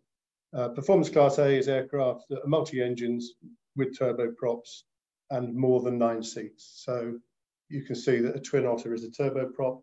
It does have more than 9 seats. So it does fit into that category. And an Islander is a propeller-driven aircraft with the max approved seating capacity of 9 or fewer. So that is a performance class B aircraft. Now, when it comes to the difference in the performance of each aircraft, for a performance class A aircraft, the key difference is that it must have a V1. A V1 is a speed at which the aircraft, the decision has to be made by the captain of the aircraft in the event of an engine failure that he either continues or he stops. So if he stops, he must have sufficient runway remaining to stop in. If he continues, there must be sufficient paved surface for the aircraft to continue the takeoff roll, and it will be accelerating slower now because one of the engines has failed. It must be able to get airborne, and then it must clear obstacles in different segments of the takeoff. So basically on runway 10 at Montserrat, it's got to get over the hill in front of it. The problem the Twin Otter has is it is quite a heavy aircraft. And it takes a little while to accelerate up to this V1 speed, which isn't particularly fast. I imagine it'd be about 70, 75 knots. But it's used up some runway getting to 75 knots. Then the throttles are closed, brakes are applied, and he must stop within the remaining distance. In order to do that at full weight, it doesn't work. What he has to do is to work out, calculate a reduction in the weight, takeoff weight, such that it will stop in the available distance. This is called the accelerate stop distance available, ASDA, and it's fixed. It's a physical dimension of the runway. Now the performance class B on the Islander is quite a lot different in that its takeoff weight will also probably have to be modified, although generally it would be able to take 8 or 9 passengers with their baggage. And something to remember is it doesn't go very far. Usually it's going from Montserrat to Antigua. So it's a fairly short sector, so it doesn't have too much fuel. The captain would then go into the aircraft manufacturer's flying performance manual and take performance figures from there and then factor them by different factors. But what there is not on a performance class B aircraft is this V1. There are no graphs, no figures produced for a V1 in an Islander. It's done purely on putting either 15, 10, 20, 30% extra on some of the requirements for it to take off. Now, because the runway lengths are fixed, the only way you can vary those criteria is to reduce the weight, and that's how it's done.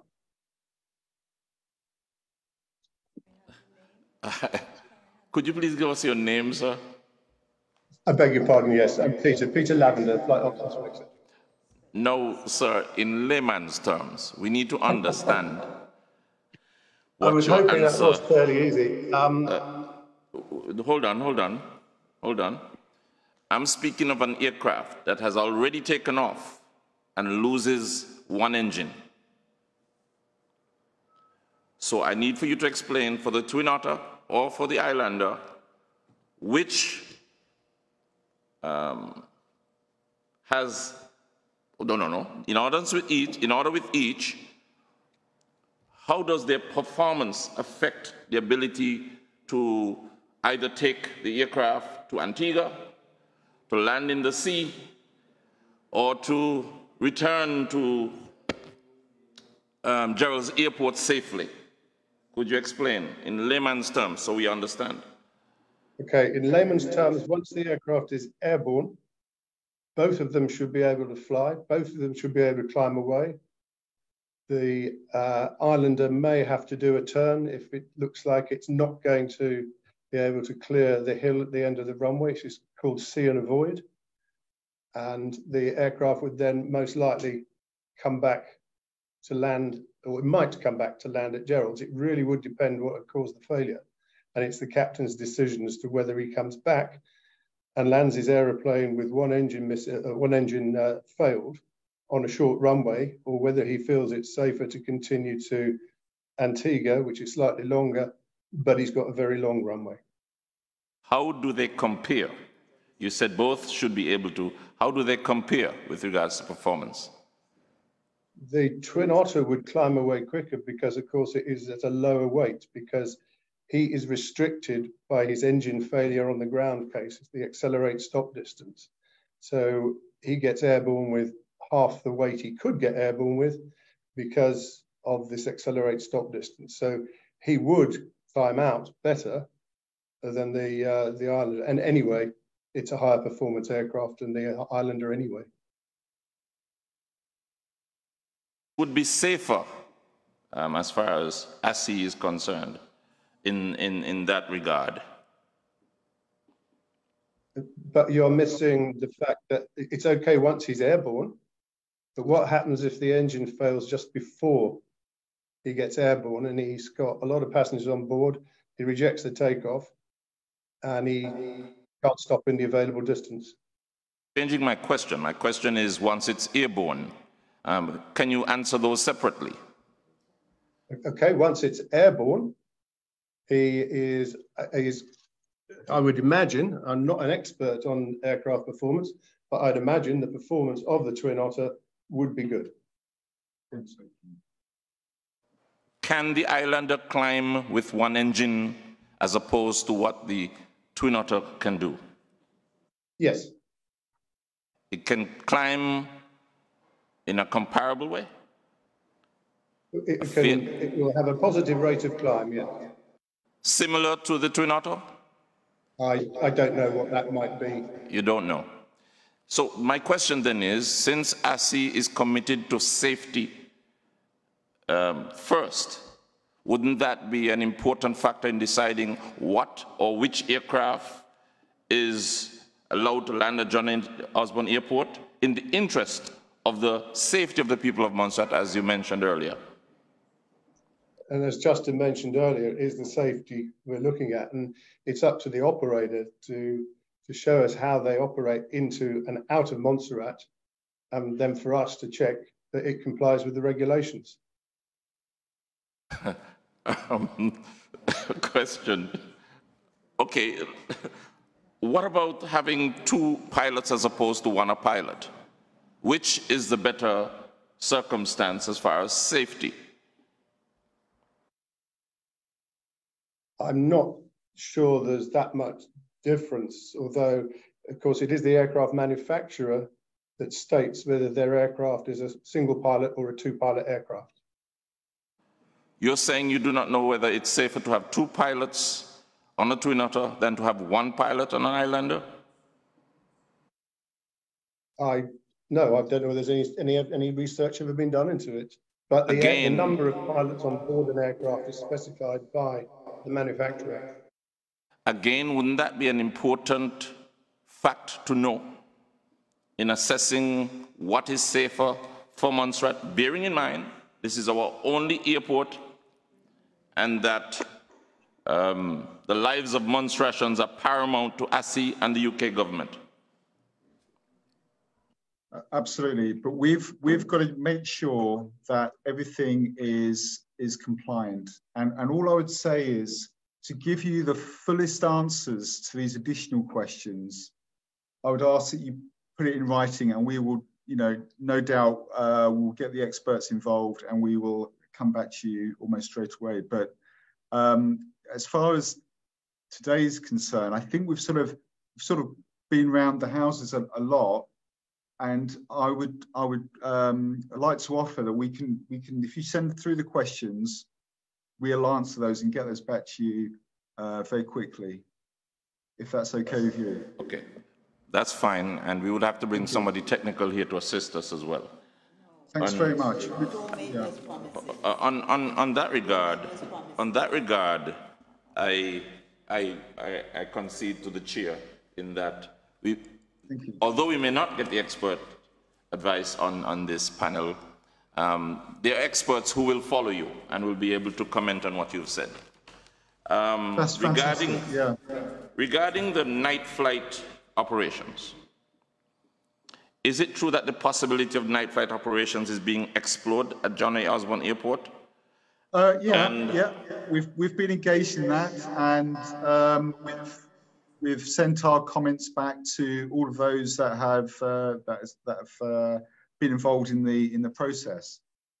Can you tell us who have done the risk assessments associated with this? As far as I'm aware, it's Fly Montserrat and most importantly the airport, because it's the airport that's going to have to make some quite big changes to the infrastructure to ensure that safe operations can continue. Was SVG not included? No, we don't. I mean, the airport can involve SVG, but we just wanted a representative from an airline who could, that we regulate actually, because we know the individuals and all the rest of it, so that we can have that conversation. So we can see where they're coming from with regard to mitigating measures and what needs to be done and all the rest of it. Have you not asked SVG to provide similar assessments, risk assessments? SVG or any other operator, I mean, that's not up to us, is it? I'm not sure what you're suggesting. It's a question that I'm being asked, so I have to ask it of you, sir. Could you tell us who determines who actually does the risk assessments? Who determines that? The risk assessments are done by what we'd call industry. So it would be, in this case, it was Fly Montserrat. They put a risk assessment together. And also the airport, they put a risk assessment together, and they would do that, not on their own, but they would do that and involve other people. They wouldn't do it in isolation. And we've been involved in the sense that we've fed back on those risk assessments as well. We've given them information to think about. Can you confirm whether the Islander was deemed inadequate to operate at the night at the John A. Osborne Airport at night a few years ago? And if so, by whom? And when was this done? Okay. I don't believe so, Yeah, I'm not aware that it was. but it would be difficult to see and avoid the engine failure. Are you aware that there were night flights at some point prior to now? There have been night flights in the sense of medivacs, which is slightly different to commercial air transport. So medivacs do happen fortunately on a very rare basis, and that aircraft will depart normally at dusk. It wouldn't necessarily be at night, but they would fly back the next day in daytime visual conditions. Therefore, you're saying that But, islanders are allowed to do emergency night flights at present? Only if they're life-saving type flights, yeah. They can't wait, and it means, someone perishing. It's to get them out and get them to the hospital elsewhere as quickly as possible. In those circumstances, it's slightly different, as you'd appreciate. And the pilot of the aircraft and the airline take on a lot of responsibility by doing that, to ensure that it's a safe operation that's conducted.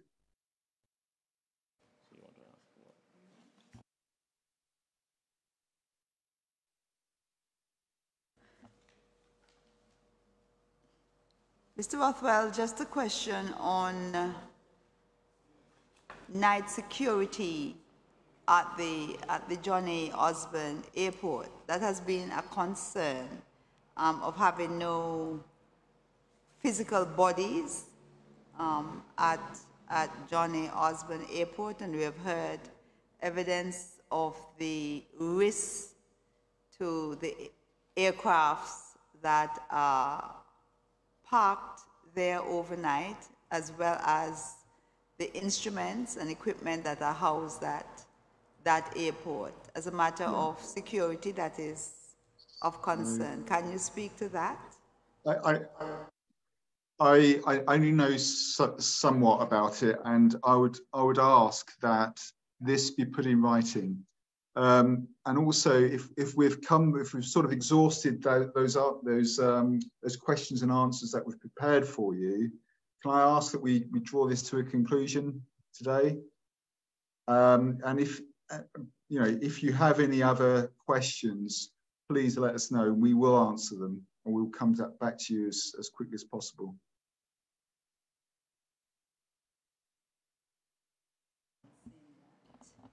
As our letter indicated, we would speak to you as well, and we did indicate that on areas in your employ as well as your expertise, and so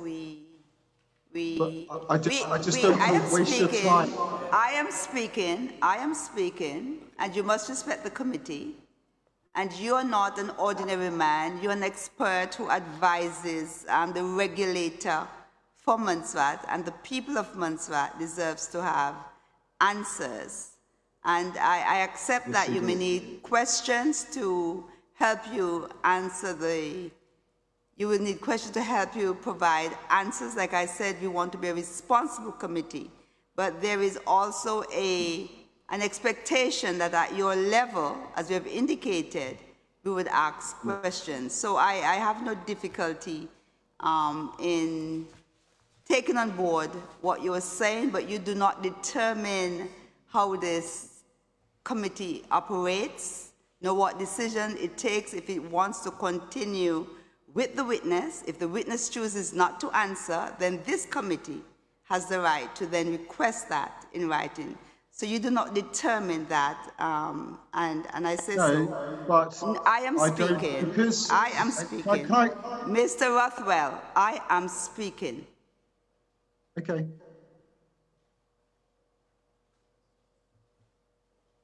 I will consult with the other members of the committee, and we will consider whether we wish to adjourn with you for today or ask the questions that we consider in your area of expertise you should be able to answer.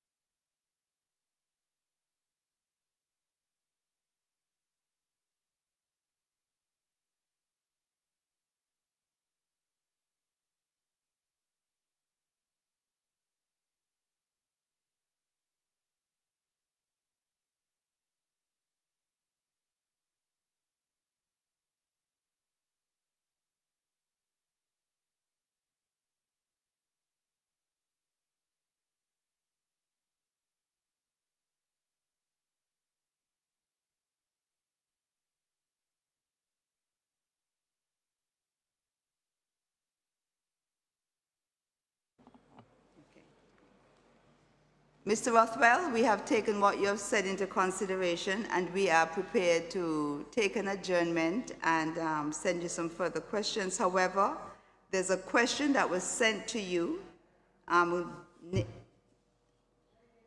number 9 on our paper. Did ASSI send a letter to Winair on the 13th of December 2022 captioned Montserrat Airport Matters? And can you tell us, A, whether it was copied to Her Excellency Governor Tucker, the Montserrat Airport Manager, or to the Minister or Permanent Secretary of the Ministry of Communications, Works, Energy and Labor, and what the intent of the letter was? In your professional view, whether it is possible for Winair to give a substantive response to that letter in one day? Though that was a question that was sent to you before today. Can you answer that question today, or do you need to put it in writing? Thank you. No, that's absolutely. This one is absolutely fine because it's something that we've written to you about. We are very clear on the answer. So the letter was copied to David Vincent, the head of the Governor's Office, the CEO Maria Boyle, and our flight ops inspector here, Peter Lavender. And the Director of Civil Aviation, Shipping and Maritime in St. Martin, so the head of the CAA effectively, and it's because it was about Winair. Okay, now the purpose of the letter, and this is why it's okay, in our view, to just get confirmation straight away, and within one day, possibly, but all he needed to say is, yeah, I'm applying performance A criteria because that's the safe criteria, that's the international standard that the world knows. And all we were looking for is confirmation from him that he would be applying the international standard, performance A criteria. And that's as simple as that. Mr. Rothwell, I appreciate that that is what you were seeking. Well, what you were saying now is that you were seeking confirmation, but okay, so I'm looking at the letter dated 13th of December. Yeah. Is it beyond that? Is it safe for me to say that other information was required? For example, in paragraph 2, I note there was a request for a safety assessment. Yeah. So that goes beyond confirmation that. Well, no, it's all part and parcel of it. And what's missing in your letter is the fact that we had been in talks with Winair leading up to this. So this wasn't like out of the blue.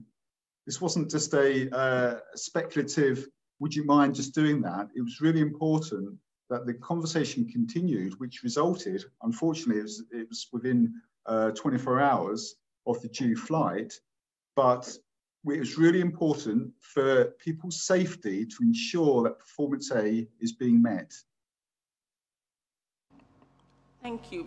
But you'd see how we, if we're relying on the letter and we aren't privy to those conversations, you'd see how we would arrive at a conclusion that this letter represents all that was said to Winner, a sudden bit of correspondence. I understand that, but that isn't the sort of how it works. And actually, a safety assessment, they should be working on their safety assessments, dynamic risk assessments constantly. You know, that's what airlines do. They've got people who look at risk and that sort of thing. And you know, all we're looking for predominantly is that they were going to meet performance A criteria, which is the international standard. That was it. It wasn't. This isn't an ASSI requirement. This is a international standard that has been translated into the requirements and the governance instructions that's set to protect people of Montserrat. So you're saying that is the anomaly that was referenced in the letter, that confirmation. Yes, I wouldn't say it was an anomaly. It was very clear for everyone, and I suppose in a way I was disappointed that they didn't pick the phone up and have that conversation with me. Why didn't they do that? I was quite surprised that they didn't do that. Having read this more recently, it just sort of went away, and the next thing we were hearing is Winair weren't going to fly into Montserrat, and of course, you know, that wasn't what we had expected. We expected them to say, yes, we're applying performance A criteria. Here's a risk assessment, safety assessment. This is what we do. Here you go, ASSI. But instead, it went very quiet, which I was quite surprised about. And of course, they didn't operate into Montserrat. Thank you, Mr. Rothwell. For the record, okay, I just want to be clear that I use the term anomaly because it was used in the letter. It's not my term. Oh, sorry. Okay, that's fine. Thank you. So if everyone's happy, we will step back from this meeting. Is that okay? No. I have a... On the letter, which we referred to you before, Mr. Romeo has, I think, some questions, and then we will... Would you kindly... Sir, would you kindly provide the committee the previous conversations with Winner, so we are aware of what those conversations were? They were verbal conversations. There was nothing in writing.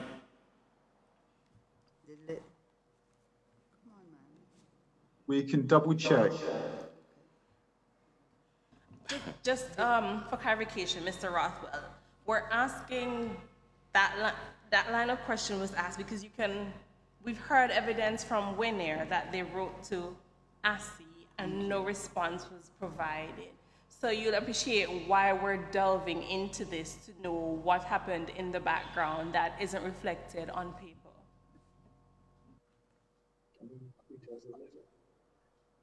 Yeah, can you show us the details of the letter? Would that be okay? I'm not sure that we've received anything. Okay, let's put that as one question. So you want us to raise in writing the fact that ASI indicated that my apologies, that Winair indicated that they responded to ASI and no response was provided, and you will address it accordingly? Yes, please. Okay, we'll do that. Thank you. Could you confirm whether MacG wrote to you, copied to the governor on the matter?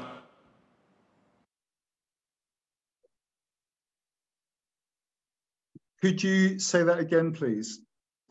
Could you confirm whether MacG wrote to you on the matter? I'm not sure who MacG is. Sorry. MacG is the non-profit organization that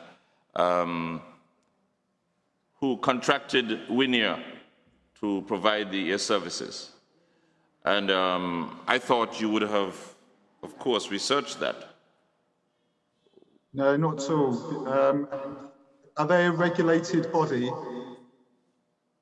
No, they're not.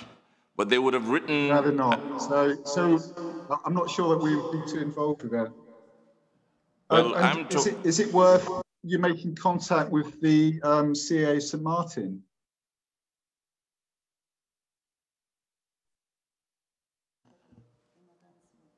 So would you kindly research and get back to us on that communication? And are you saying that if an organization had written to you on the matter, you would not reply? It depends. If it's a vexatious type message, no, we wouldn't. There'd be a period of response, but then we would stop responding. But generally speaking, we don't get contacted by third parties unless they're regulated.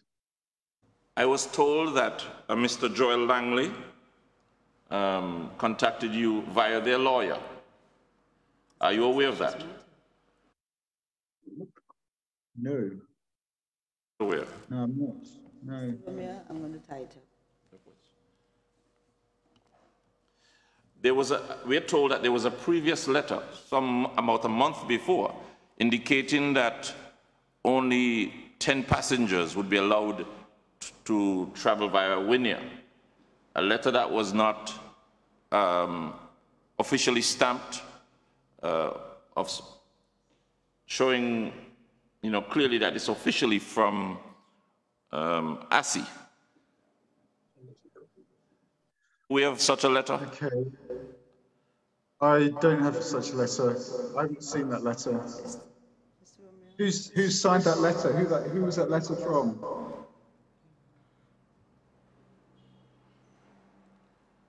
I will get you the email because it does exist. I'll get you that. If it exists, I'll get you the email. Thank you. Okay. Thank you, sir. What we will do, as you would have heard, these were issues that emerged from our sitting yesterday, and clearly you would want to see the communications which are referred to, and that's in fairness to yourselves.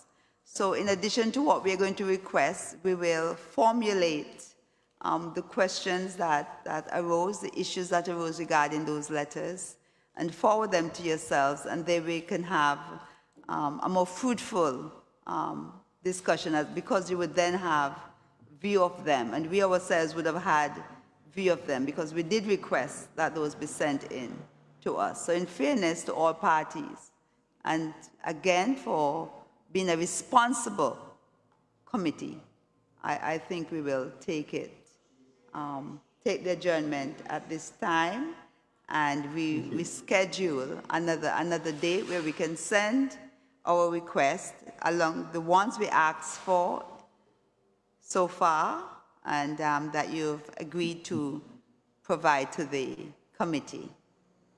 And just to confirm, you're going to write to ASSI just requesting that information and a list of the information. Is that okay? Again? Please repeat. You're going to write to ASSI, is that correct? Listing the information that you require? Yes, because as I've said, this emerged yesterday, and it's regarding yourselves, and you're indicating you're not familiar with the correspondence to which they referred. So once we get those in, then we can refer them to yourselves, and we can return back to the discussion. Okay, so thank you so very much to yourself and your team members. There was one team member, the one who spoke just before you did, that was explaining. I didn't get his name clearly. Yes, so his name is Captain Peter Lavender. Spell his surname? Lavender is spelled Lavendeer. Okay. Thank you.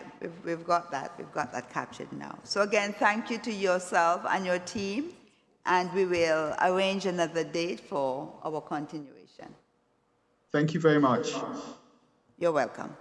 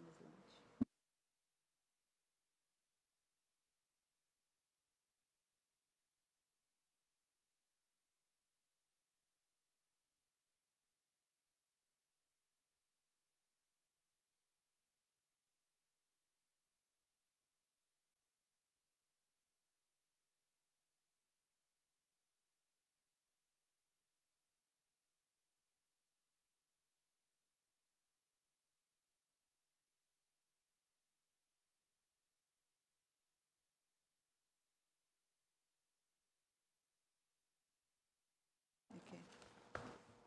What's his name?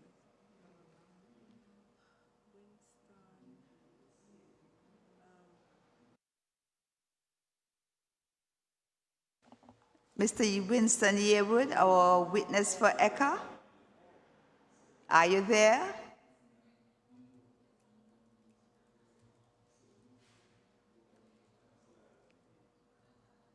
Mr. Winston Yearwood, representative for ECHA, are you there? Can you indicate that you're still with us? Yes, I am here. Thank you so much. The committee is going to rise. First of all, I truly want to thank you for your patience, for being with us since morning. As you have seen, we have just tied up our first interview, and so we're craving your indulgence. We are going to rise for 10 minutes and come right back to you rather than take the lunch and adjournment and return after. Unless we have to take into account as well your needs, unless you would prefer to go to lunch now and return after.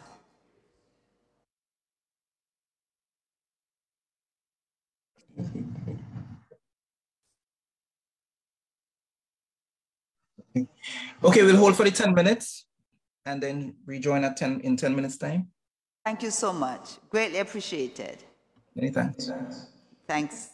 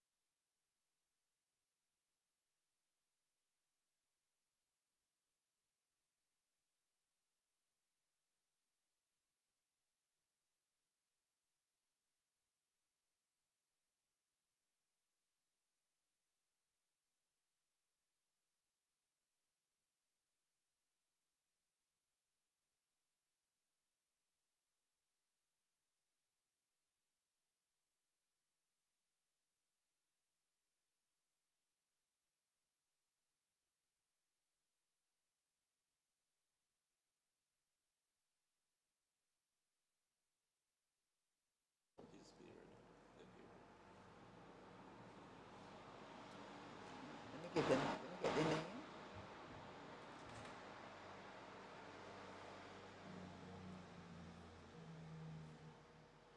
Easton.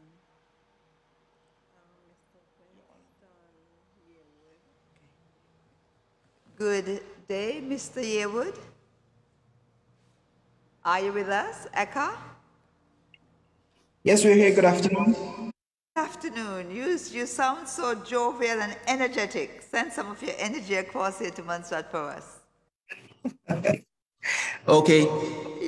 Thanks again so much for really bearing with us, and you've been here since morning. I would truly appreciate that. So we'll get into the questions that we have for you and also your sharing of information. It is not expected to be quite long, but one never knows. All right? And so again, we register our appreciation for you accepting our invitation to appear before this committee. And for the record, can you please state your name and the organization which you're representing? Okay, my name is Winston Yearwood, and I'm representing Eastern Caribbean Civil Aviation Authority, short name ECHO.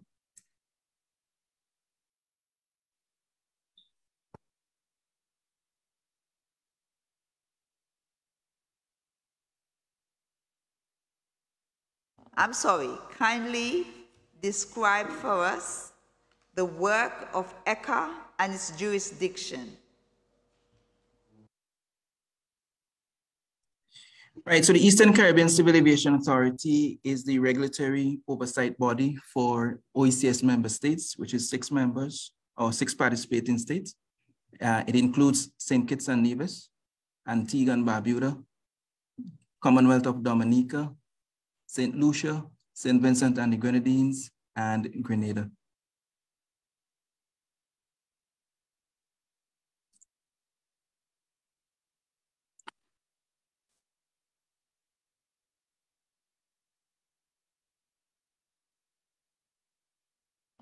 I'm sorry, what is the purpose? Can you describe the purpose of ECHA in relation to the OECS states?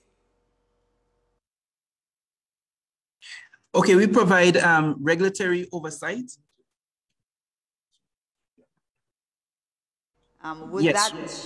Yes, please continue. Yes, regulatory oversight in terms of air safety for the OECS member states, which I've listed before. Have you ever provided regulatory authority for us, Montserrat? At this time, no, we do not do regulatory oversight for Montserrat. Okay. In the past, did you have regulatory oversight for Montserrat? It was in the past, but that was a long time ago. And I believe since then, ASI would have taken it over from us. At the time, I believe it would have been under the Directorate of Civil Aviation at the time then. Okay. Not under this new jurisdiction. Okay. What, therefore, is your affiliation with Montserrat?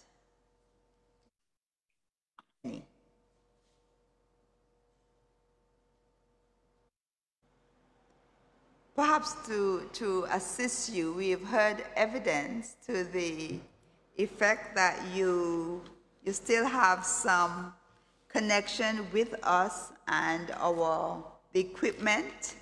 You may have equipment here at John A. Osborne Airport. Right, so introducing. Okay, I'll have Mr. Trevor Davis answer that particular question for you. Yes. Thank you, Mr. Davis. Good afternoon to the commission. Yes, my name is Trevor Davis. I'm with the CNS division for the ECHA. As far as the ECHA is concerned, we provide technical services to the John Osborne Airport, particularly to the air traffic services, technical services in the maintenance of the CNS equipment. In this case, it would be more the communications equipment for the air traffic services at John Osborne Airport in Montserrat. Okay. We have had a change recently in our security night security. Is that of any concern to ECHA, given that the equipment is there? Right, so let me make it clear. Again, we provide a maintenance service for the equipment used by John A. Osborne Airport, Air Traffic Services. It must be made abundantly clear that the equipment belongs to the government of Montserrat, Air Traffic Services. We provide the service for maintaining the equipment. So really and truly, any concerns really would be with the owners of the equipment. Now, having said that, there would be some concern. I mean, especially if in the past there would have been instances of questions about not having security 24/7. But again, I would like to stress that we really provide the service for maintaining the equipment, and as such, the equipment room, let me make it another thing clear, that the equipment room generally is secure. It's not available to the public. It's on the at the airside access. It's below the tower for anyone who knows the geographic. So, and it's normally kept locked. The equipment room is normally kept locked. And I believe in the control tower, once it's not manned between the hours of operation, that also will be kept locked. Thank you so much. I will, that's very helpful. I would ascertain whether members of the committee may have further questions for you. Go ahead. Mr. Yearwood, I just have one question for you. Mr. Yearwood or Mr. Davis, you are, of course, you're aware that aircrafts flying out of Montserrat, which are Montserrat being regulated by ASI, operate within, or that is take off or land, within countries or islands regulated by ECHA. So of course this requires the existence of a working relationship with Montserrat's regulator ASI. Can you briefly describe for us how that relationship operates?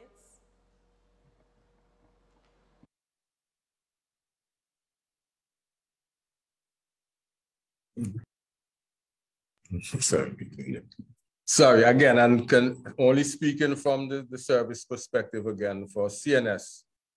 Just like how ASI would regulate air traffic services security in Montserrat, then they also provide a regulatory service for the Annex 10 as far as the maintenance is concerned. I would say Annex 10, but for the CNS equipment.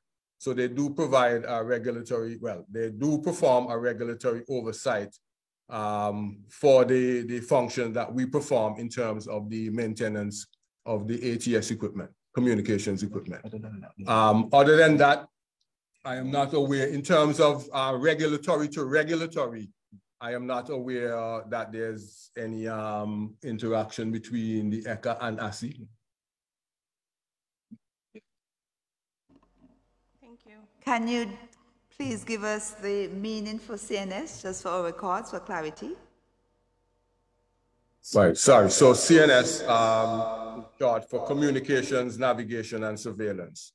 It's really the kind of the pillars for air traffic services. Obviously, we need communications between the ATC and aircraft, ATC and adjacent ATC centers, navigation equipment, which will be the navaids that would be on the ground, which for you as it stands now, none. And surveillance would be surveillance equipment like radar, ADSB, and so on. I hope that answers your question. Yes, thank you. Very, very, very, very good. Very, very good. I am elucidated by that. Thank you. Mr. Romeo? Good day, sir.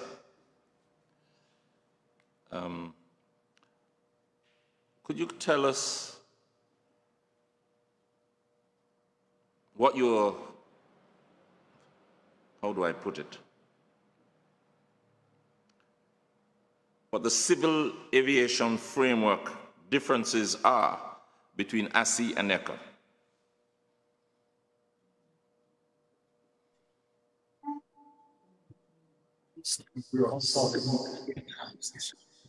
Okay, well,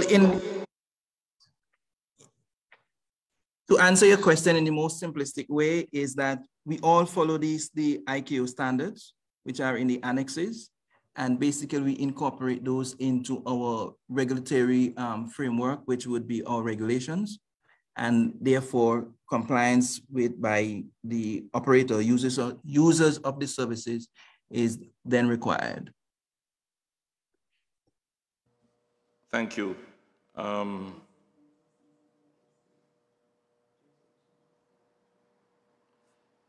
My question then will be, I have to make sure I ask. Can you tell us what the RISA consists of in your jurisdiction? If you have any. I would expect that you have RISAs in your jurisdiction. Okay, I have Captain Paul De Silva. He's our flight ops inspector. He will provide some answers for you with regards to the RISA. Good afternoon. As far as ECA is concerned, the RISA is exactly what it's the meaning of RISA is set out in the annexes, and it's simply runway and the stopping area. That's it. Okay, maybe I should ask you the question then.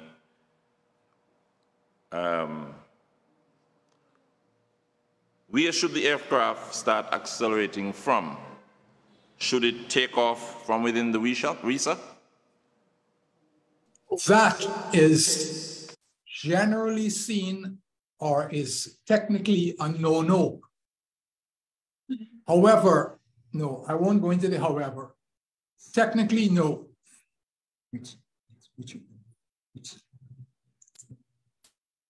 What about turning within the RISA?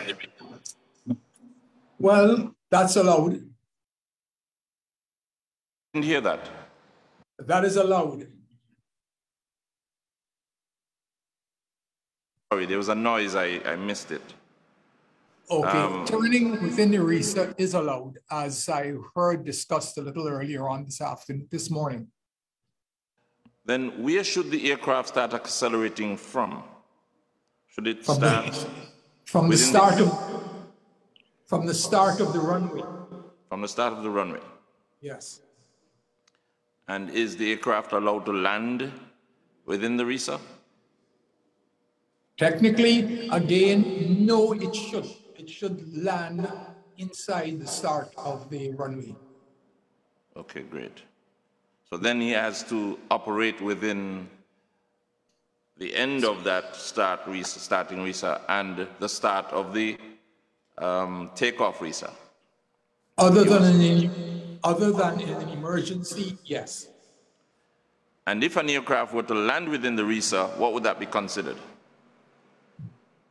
He will be considered to have landed before the runway. Would it be an incident, accident, or what would it be? Excursion, tell me. Incursion? It all depends on what happened after he landed there. If it was simply a matter that he landed on the runway, on the RISA, and there was no incident of any kind involved, the crew and the company can be written up for it.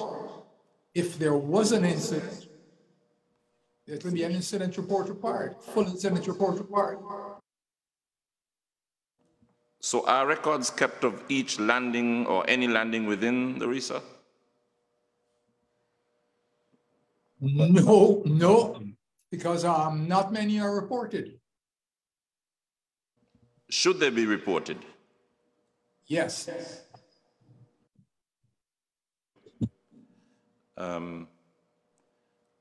I need to ask your opinion on your professional opinion on the difference between the Twin Otter and the Islander. Do you have any airstrips in your jurisdiction? The length of our airstrip or less? What's the length of your airstrip at this time?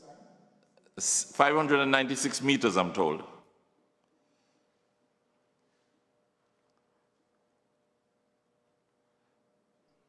Hold a second, just let me check. There may be one.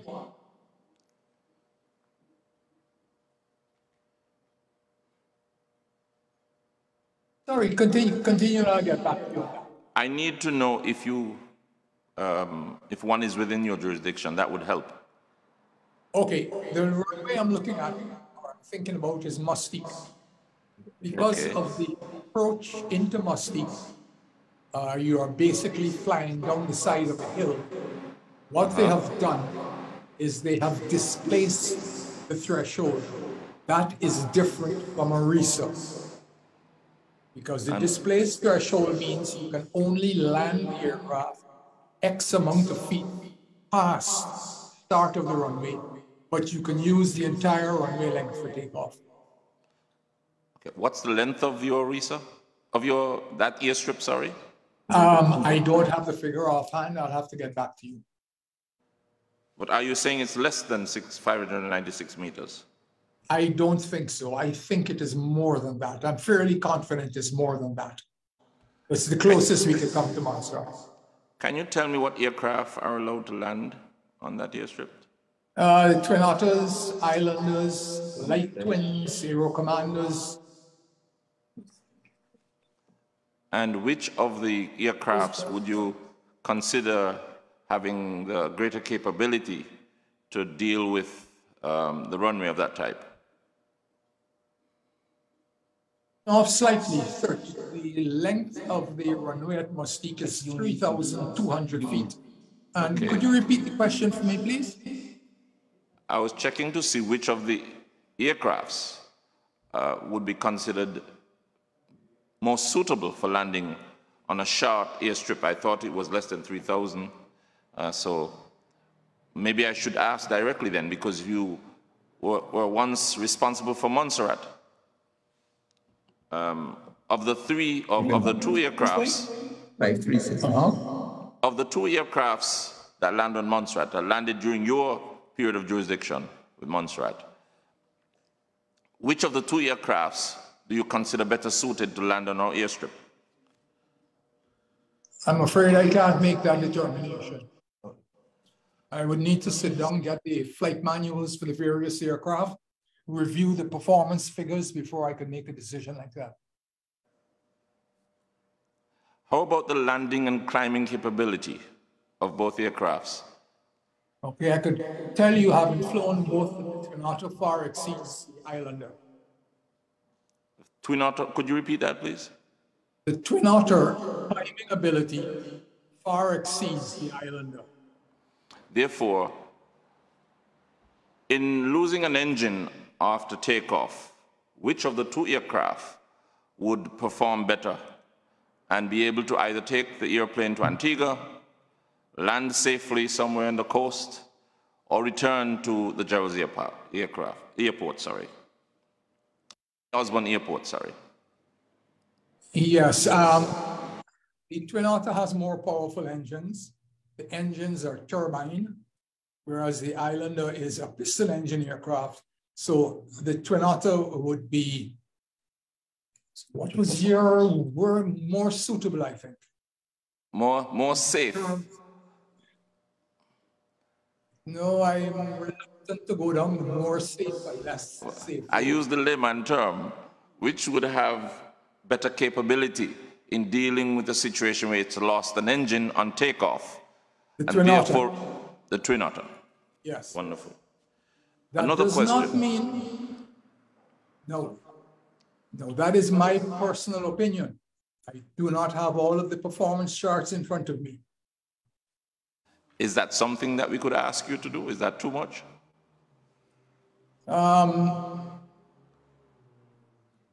At this time, I tell you what though, maybe you could know, I have gone through some of this with ASI, and their performance charts on the landing of the, on the takeoff of the Twin Otter. I've been through it with them, and I am satisfied with what they have presented. What do those charts show? Show the aircraft is, the Twin Otter is restricted out of Montserrat Airport. Sorry, I didn't hear that. The Twin Otter is restricted out of the airport in Montserrat. Yeah, but as far as its capability, what do their records show? Okay, so define capability. Its performance over the years. I can't speak to that as I've not done any research on it. Would performance not be considered in determining whether an aircraft is suitable for takeoff or landing on an airstrip? Its performance over many years? No, it's not the performance over many years. It's the performance that's laid out in the flight manual. Okay, wonderful. Very good. Now, I want to go back to something to get very clear. Can you explain what the situation would be faced by an aircraft, an islander, taking off and losing one engine? After having taken off, its ability to climb and to get over the hill and to continue to climb and possibly get to Antigua? I think it was said earlier that he may not be able to get over the hill. He'd be able to make a slight left turn to see and avoid. And the aircraft should be able to fly to Antigua. It should be able to, the islander? Yes. Okay. And the Twin Otter? How does that compare? Definitely.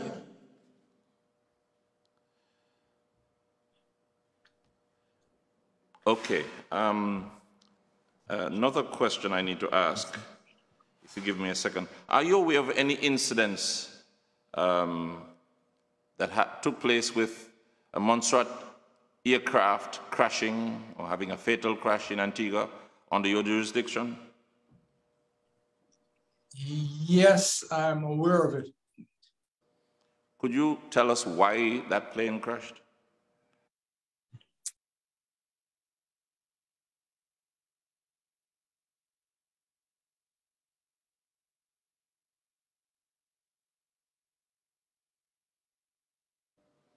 Are you there?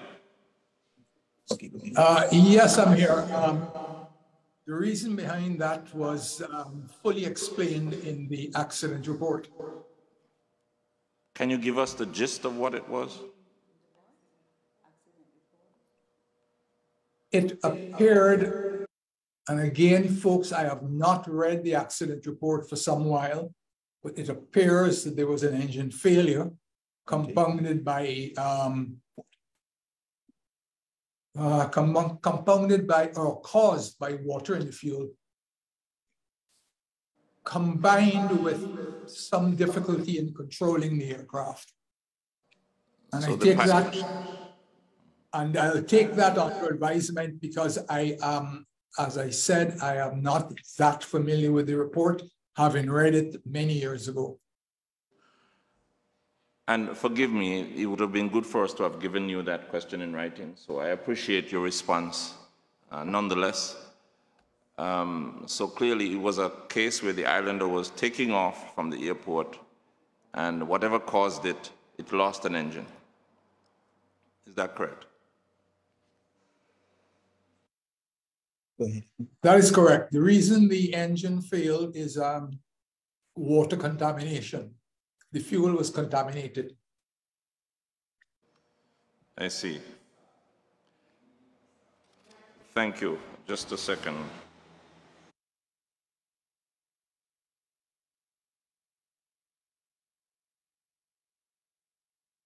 Could you have any more questions? During your stint of overseeing the Giles Airport, was the islander operating along with the Twin Otter? That occurred well before my time in ECHO, so I wouldn't be able to answer that. Okay, well, I suspect it wouldn't be right for me to ask you any further questions on the matter, and I'll just leave it at that for now. Thank you very much, sir. That's all the questions I have for you. Thank you. Mr. Yearwood? Yes, please. Is there anything you and your team members would like to share with us before you leave?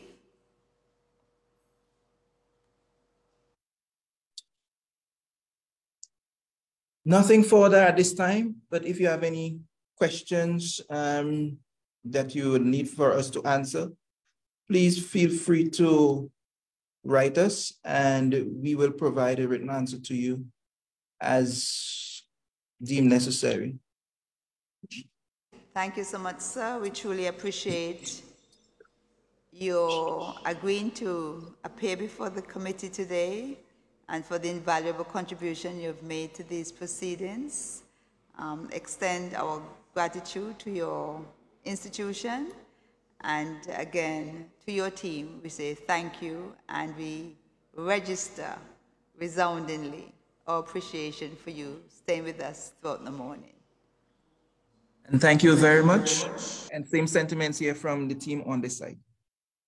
Okay, thank you.